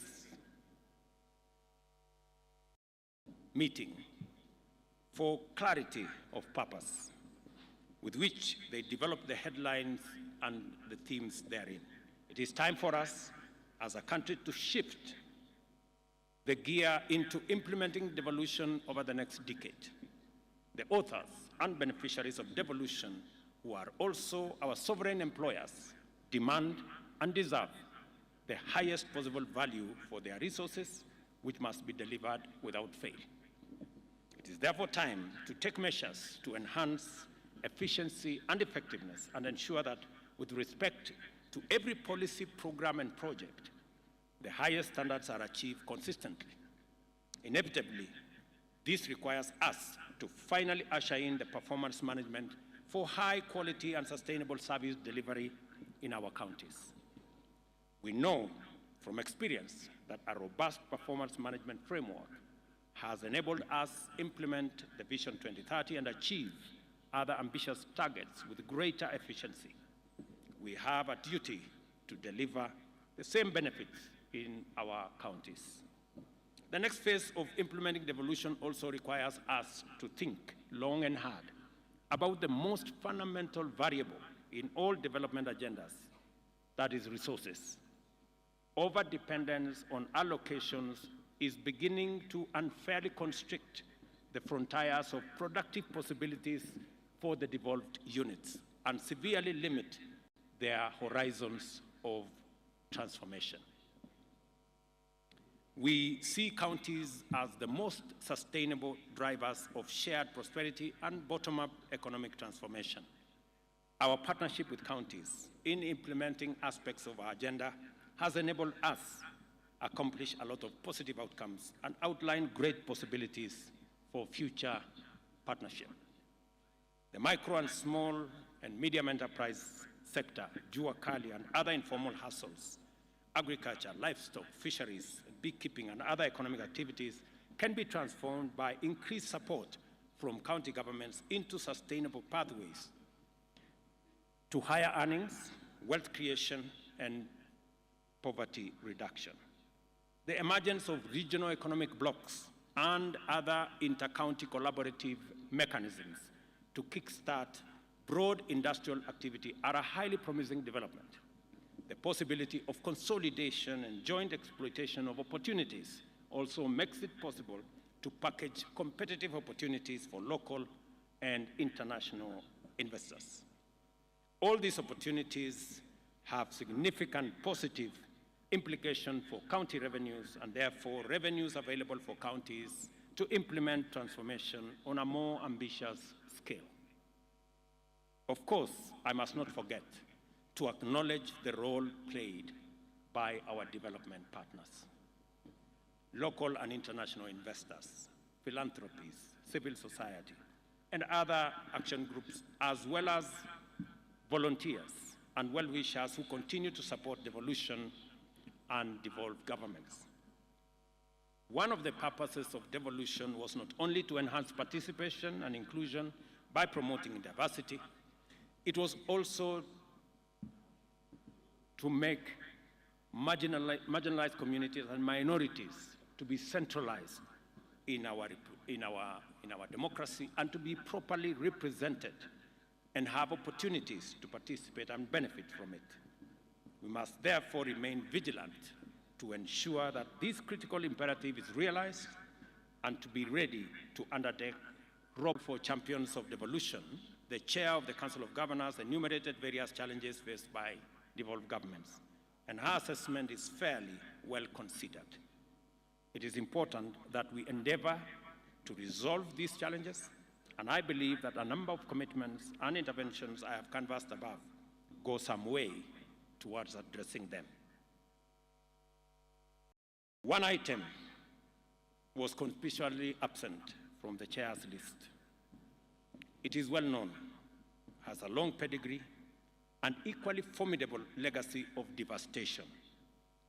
Kenyans agonize continuously over it and would like to witness decisive action to bring it to an end. It is poor governance and specifically corruption manifested through incompetence, negligence, poor professional standards, inefficiency, waste, mismanagement, and outright theft. I am happy that the plenum session set out good governance practice as one focal area for the attention of this conference, because I have made my commitment to good governance, and in particular, decisive action against corruption, very clear.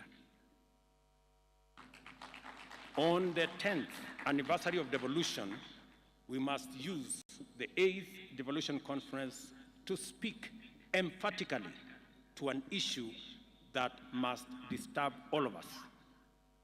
As far as I can tell, it was never the spirit or intent of the people of Kenya to devolve corruption, mismanagement, and malpractice to counties. Yet, many counties have evolved into notorious epicenters of wanton looting, with everyone from the executive to the county junior staff implicated in a wild free-for-all at the expense of essential service delivery. Many innocent Kenyans are victimized, undeserved, or altogether neglected on a daily basis because of this devolved criminality. Counties must not become drivers of scandal, incubators of graft, or embezzlement hubs. The people of Kenya deserve better, and they must be rid of this reckless betrayal. We must liberate the devolution from corruption. I speak about this with passion because it is a conversation I have equally had with my cabinet and my PSs and members of parastatals. It is a conversation we have had. It cannot be business as usual, friends. And this fight, we have to lead it from the front. It causes mayhem and chaos in the delivery of public service. And Kenyans across the board, from all political, from the entire political divide, want us to stand on the same side against corruption. I know they do. For this reason, we shall treat corruption at all levels of government as a high priority law enforcement issue requiring expeditious and decisive response. Regardless of position, office, or status, any person implicated in the loss of public funds, whether in the national or devolved government, must encounter the punitive consequences of their action in full. I expect the agencies concerned to move with speed and attend to the many cases of corruption that are festering in many counties, including Uasin Gishu County. I wish to submit to this conference that we have a proven hack, a smart solution to kill the two birds of poor governance and efficient delivery of service with one stone. That hack is digitization and automation. I therefore encourage you, my friends, the good people who run our county governments, to embark on the journey of integrating digital solutions and ICT to service delivery and project implementation in your counties. We are open and we are going to support all the county governments to digitize their service. I am very happy that many counties have come forward to work with the ministry responsible, the ICT ministry, and the Ministry of Interior in making sure that we digitize all our services. I have also instructed the departments responsible to work with counties. If you need support in matters of raising revenue, digitizing the revenue space. We are going to work with you so that as we digitize services or collection of taxes at KRA and other areas, we are ready to work with the counties to make sure that we support the counties as is required of us by the law in making sure that you too are part of this digitization and automation process. Let me make a summary, let me make a summary in a very short way of where I think what I have said in many words. There are 5 points which I want to put across to my friends, leaders who are here. I know we have ministers here, we have governors here, and all our executives are here. We have PSS, we have CEOs, we have CECs, we have very senior staff from all our counties. It is said that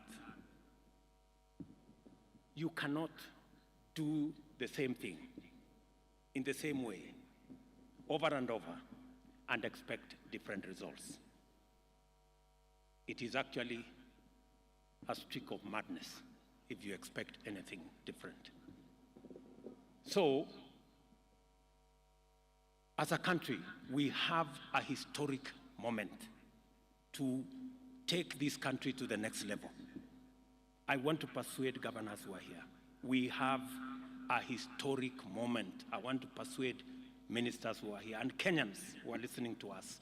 We have a historic moment as a nation to change the trajectory of our nation and to unlock the great potential that Kenya has always been and make it a reality for our people. And we just need to do a couple of things. Let me just give a few examples. Today, we import 520 billion of food items every year.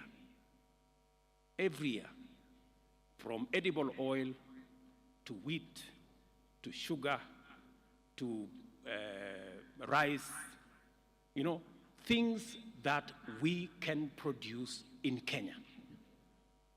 We must undertake, my buddies, governors, we must agree that it is time. We have the human capital, we have the resources, we have the land to produce all these items in Kenya, save ourselves foreign exchange, improve the earnings of our farmers, and improve the general wealth of our population. Because this 520 billion is a market that we don't have to look for. It is a market that is already in Kenya. All we need to do is to produce and satisfy that market. So, edible oil, for example. I have had a conversation with many governors. I last had the last conversation with Governor Wanga from Homa Bay. We've had this conversation from Migori, Homa Bay, Kisumu, Siaya, Busia, Kakamega, Bungoma. We are spending 120 billion every year to import edible oil. We can produce this edible oil in Kenya. Those 6 counties, including the ones at the coast, from Lamu, Tana River, Kilifi, a bit of Mombasa, and Kwale, we can produce. And we are now working on a program, and I want to ask my friends, the governors, to work with us so that we can stop importing products that our farmers can produce. Palm oil is one space we're going to work on with you. We have already identified where we are going to get the seeds. We want to work with you to get the farmers, to get the areas. We've already done a bit of work in that space, number 1. Number 2, sunflower. We are already importing seeds 200,000 tons. We want to begin the planting. We have identified the counties, we've sensitized the counties to begin in October to plant for sunflower. Go down to canola, go down to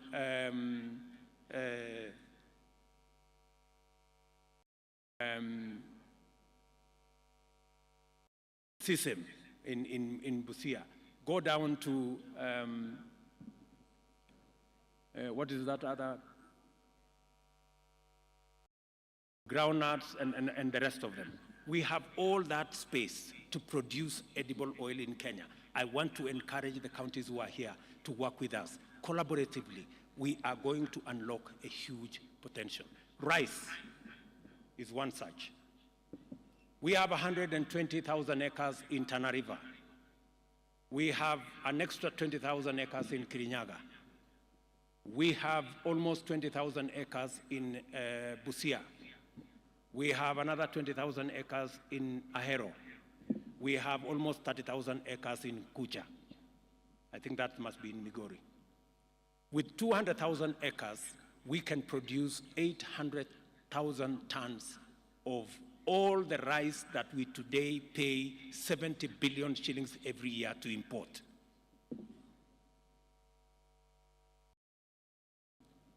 The numbers are there, the farmers are there. We have what it takes to do all that. Let me also say something about sugar, which we are sorting out, cotton, which we are already disputing, seeds, livestock. We have 650 milk coolers that shortly we will be distributing to counties to support our dairy, make sure that dairy and milk is of the quality that gives us more money. The whole space about leather and meat and what we are doing in that space. Good people, we must stop importing these 520 billion shillings every year that our farmers can produce in Kenya, and we need to work together to make sure that that's not what happens. Number two, we need to agree on being deliberate and intentional about creating opportunities for our young people to find jobs and work. You heard my elder sister Meg, what she said here. By the way, many people may have been wondering whether she was talking about Kenya or another country.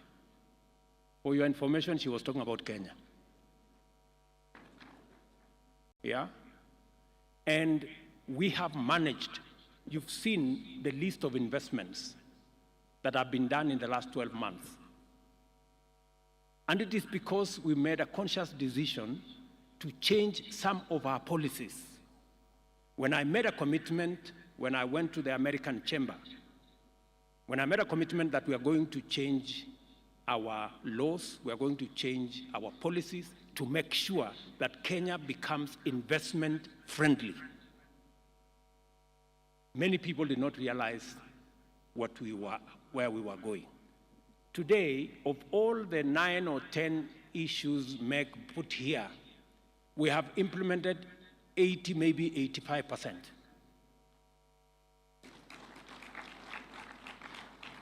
We are remaining with 1 or 2, which take a bit longer.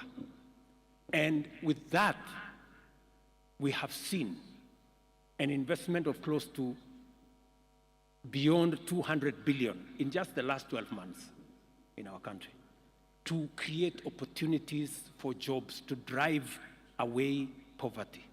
We must be intentional, my governors. We must be intentional about creating opportunities for young people in Kenya, for Kenyans to have access to work. That is why we are rolling out housing. And I am very happy we have a partnership with counties on matters of housing, because our intention is to create 1 million jobs from our housing plan. Number 2,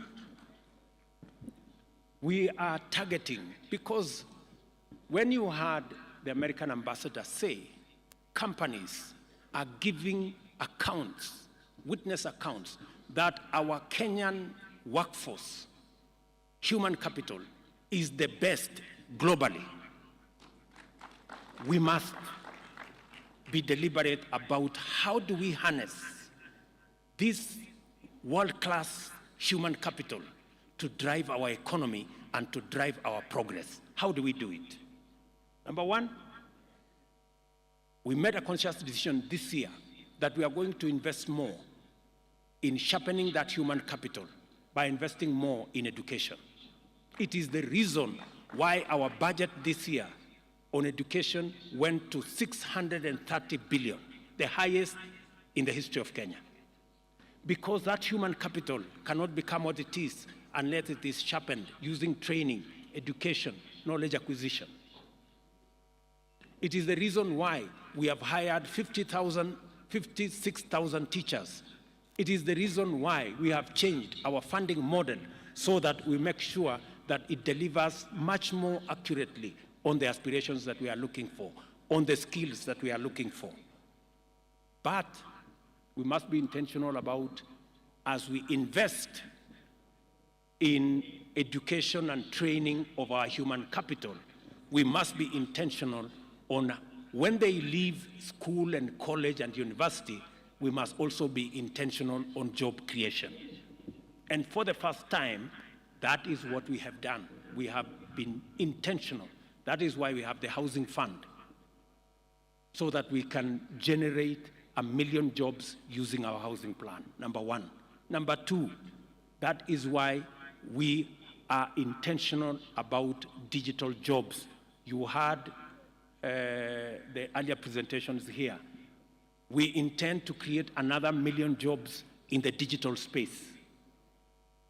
That is why we are going to be investing in at least an ICT hub in every ward. I want MCAs to listen to me. You must demand where is the ICT hub for your ward. We are working with the members of parliament. We are working with the ministry so that we can have 500, 1,000 young people around our ICT hubs for digital jobs. We have huge opportunities for digital jobs. Number three, and before I go to number three, I have also asked our friends, the county governors, that we also want to tap into the vocational training centers under the county governments. We want the vocational training centers to be also hubs of ICT. We would want to invest in at least an ICT hub in every vocational training center, so that again, we can train more, we can use technology, so that this world-class human capital we have can work for the globe. Number three, we are working on making sure that this world-class labor we can export. And I want to thank many countries that have given us opportunity to export our labor. I have given very clear directions to my dear sister Florence. She knows what she must do for us to at least get 1 million exports of labor from Kenya, 1 million jobs. In our manifesto, we made a commitment that we want to increase our remittance from diaspora from $4 billion to $10 billion. That is 1 trillion shillings. That is going to be an opportunity for us to create jobs. And finally, on matters job creation, we have advertised, I think, the first 14 county aggregation and industrial parks.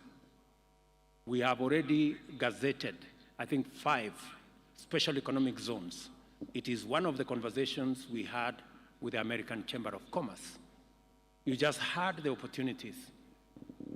The American market alone is expecting more apparels from Kenya.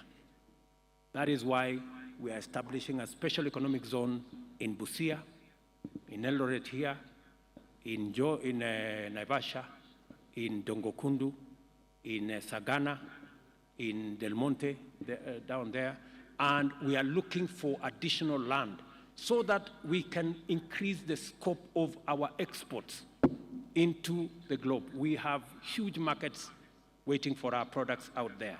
Those are areas of job creation. You just heard that with the little intervention we made, there is a new investment in Athi River that will create 20,000 jobs. These are opportunities, and I really want to have a conversation with the county governments so that they too can take up and pick up these opportunities and drive them. I wanted to say this. We must be intentional, we must be deliberate about creating opportunities for Kenyans to work so that we can improve their incomes and we can drive our progress. Number three, partnership. My friends, governors, I'm really asking you to work with the national government. In this national administration, you have a partner and a friend. We have no intention whatsoever to take over any county function. We have no intention, and I want to say on this platform, all we want is to support the county governments for them to achieve their mandate, and we will support you to the extent that you want us to support you. Yeah? Because we do not want to take over any function. We want to help, because the success of every county is the success of Kenya. Because we do not have citizens that belong to the national government. We have only one citizen. Those who elected you are the same who elected the national government. Si ndio wangwana? So hapo ndio mimi niko. So issues like UHC, we want to work with you. Community health promoters, we have already agreed on a formula. We will co-fund the 100,000 community health promoters. We are going to equip them as national government. We are going to work together to make sure that delivery of health products, health services is efficient and reaches the last mile, and counties are best placed to do that. We need to work together on markets. As you have seen, markets is run by counties. But as you also know, in my campaign, Mama Mboga was front and center of my campaign. I simply cannot walk away from them. So I have to build these markets. And we intend to build 400 markets across Kenya, maybe 500. We're going to spend about 20 billion in building the markets. The markets will be handed over to the counties. You guys will run the markets the way you want. You will decide who is in those markets. You will discuss with us. And I'm looking for a partnership with you so that if you want to improve on the design, I am ready. If you want to improve some of the funding, I am ready. If you want us to change from here to there, sawa. Lakini soko tujenge, because I saw in the presentation here, the women are saying walikuwa wanalimwa na jua. So nitawasaidia kupanga kuweka shade everywhere na kupanga hiyo kuweka mahali iko stima, mahali iko nini. Let's work together. Let's also work together on matters to do with county aggregation and industrial parks. I must congratulate counties. We have a fantastic working relationship on county aggregation and industrial parks. They will be managed by counties, we will co-fund, and they will run with it in terms of agro-processing, value addition, manufacturing around that space. We need to work together on distribution of fertilizer. I must commend many counties who have worked with us in providing the last mile delivery. As you are aware, we believe that counties have the capacity, working with the national government, to be able to deliver to the last mile. Let us work together on matters mitigating climate change. I'm very happy that today you overshot your target of planting 2 million trees. I am told by the chair you planted 7 million trees. Tuwapige makofi counties jamani. They've done a wonderful job. That's the space. Work together on manufacturing. Work together on mobilization of revenue. You know, even as the national government works hard to keep up to the schedule on paying on time for the shareable revenue, I want to encourage counties to also look at ways of own source of revenue. We are going to assist you so that you can meet your targets and we can do more around own source of revenue. All I am saying is partnership. Let us work together. Finally, we also need to work together in mobilizing resources. As you are aware, we have made the conscious decision that we are not going to run our development, the affairs of our country, by borrowing debt left, right, and center. We are going to raise local resources. We need to work together to build local resources, to raise local revenue. We're going to work hard as national government. We are professionalizing KRA to raise more money. We are digitizing so that we can eliminate areas of pilferage. We are increasing, as I made a commitment to this country, that we are going to be a country that is focused on saving. For a very long time, we ignored the saving component. That is why, as a percentage of GDP, we are among the lowest globally. We are at less than 10%. Other countries are all the way to 50%. So we're going to do more with our NSSF. We are going to do more with savings so that we can save and be able to fund our own development using our savings. I want to encourage counties to work with us in that space. Let me finally, after saying that on source of revenue and doing everything that we are going to do, the fifth thing I want us to talk about, finally, to agree on, is on the subject I already mentioned of corruption. Good people, it is not going to be business as usual. I want to say this with clarity. It is not going to be business as usual. It cannot be the case that we lose revenue, that we cannot deliver public service because a few people decided to go away with public money. It's not going to happen. It's not going to be business as usual. We will do whatever it takes. Whoever it is, whatever office you occupy, whatever friends you have, it will not be business as usual. I want to say that with clarity because I know in here we have very senior officials of both county and national government, so that when whatever happens, happens, let nobody say, I wasn't given notice. Everybody has notice. Those are the 5 things I wanted us to agree on. Let me finally say that on the subject of debt, I have made myself very clear. We are going to do more saving. We are going to raise local revenue. We are going to raise own source of revenue in counties, and we are going to stop corruption so that we have the money to run our show.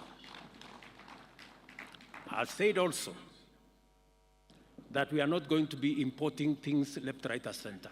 That's why in this year's budget, cement, steel, furniture, fish, we are going to build local capacities for those. We are not going to be importing. And as I have said, it cannot be the case that every other time we think, we are thinking of how to import more. Let me finally say, as I said, we are not going to subsidize consumption. We are going to promote and we are going to invest in production. That's what we're going to do. It cannot be that we are importing edible oil, we are importing all the other food items from rice and everything else, as I said earlier. We have to have a paradigm shift. We need to invest in production. And I am very proud of our farmers. Our farmers, if there are any patriotic people in Kenya, it is our farmers. Just with the reduction of fertilizer from 6,000 something to 2,500, they have done an extra 200,000 acres of crop. If you see in Kenya, everywhere, our farmers are doing a phenomenal job in producing food for us as a country.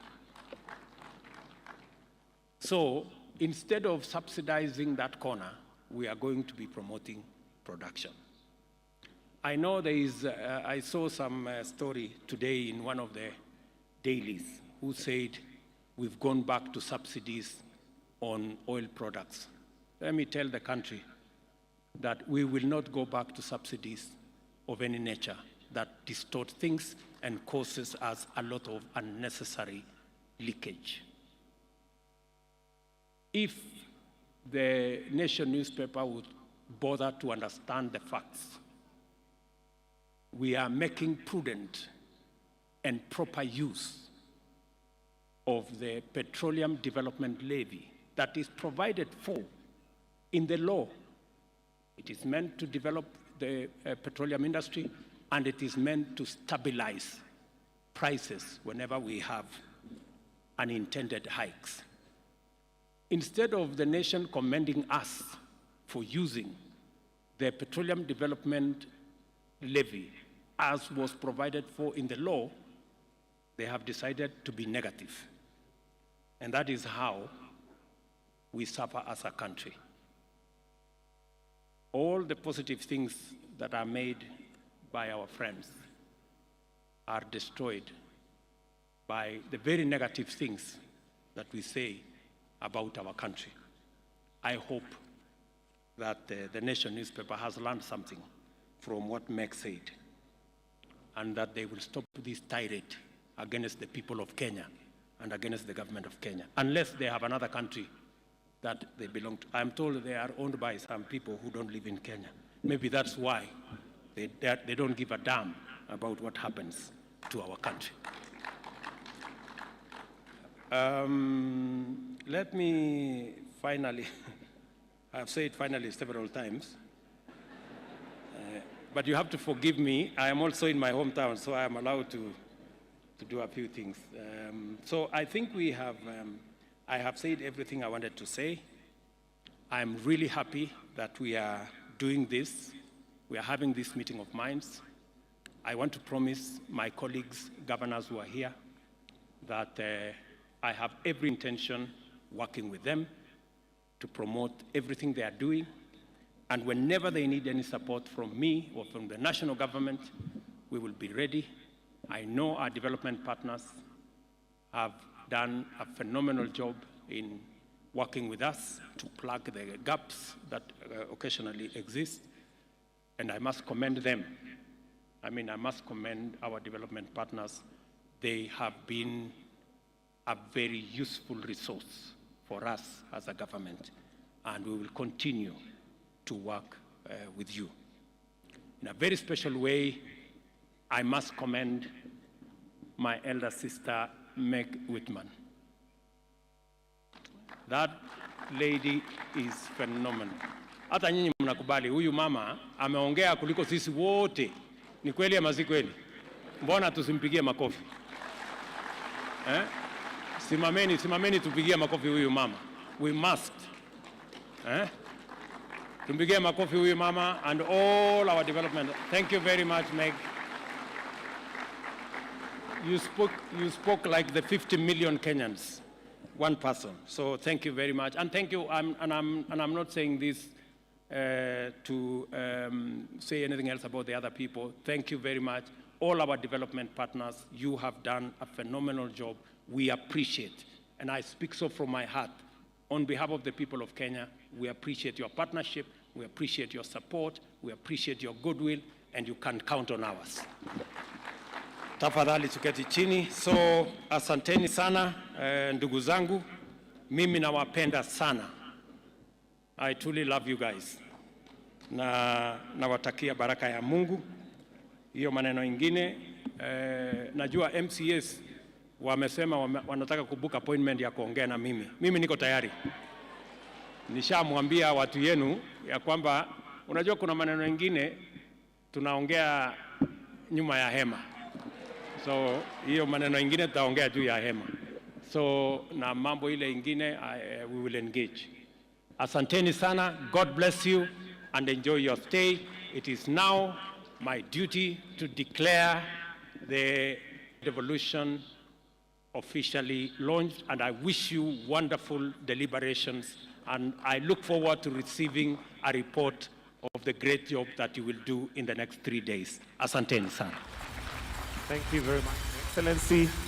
And just two things, Your Excellency, that we'd like you to do, and that is to launch the devolution book and then launch the joint county bankable investment book. But we'll start with the devolution book on this side.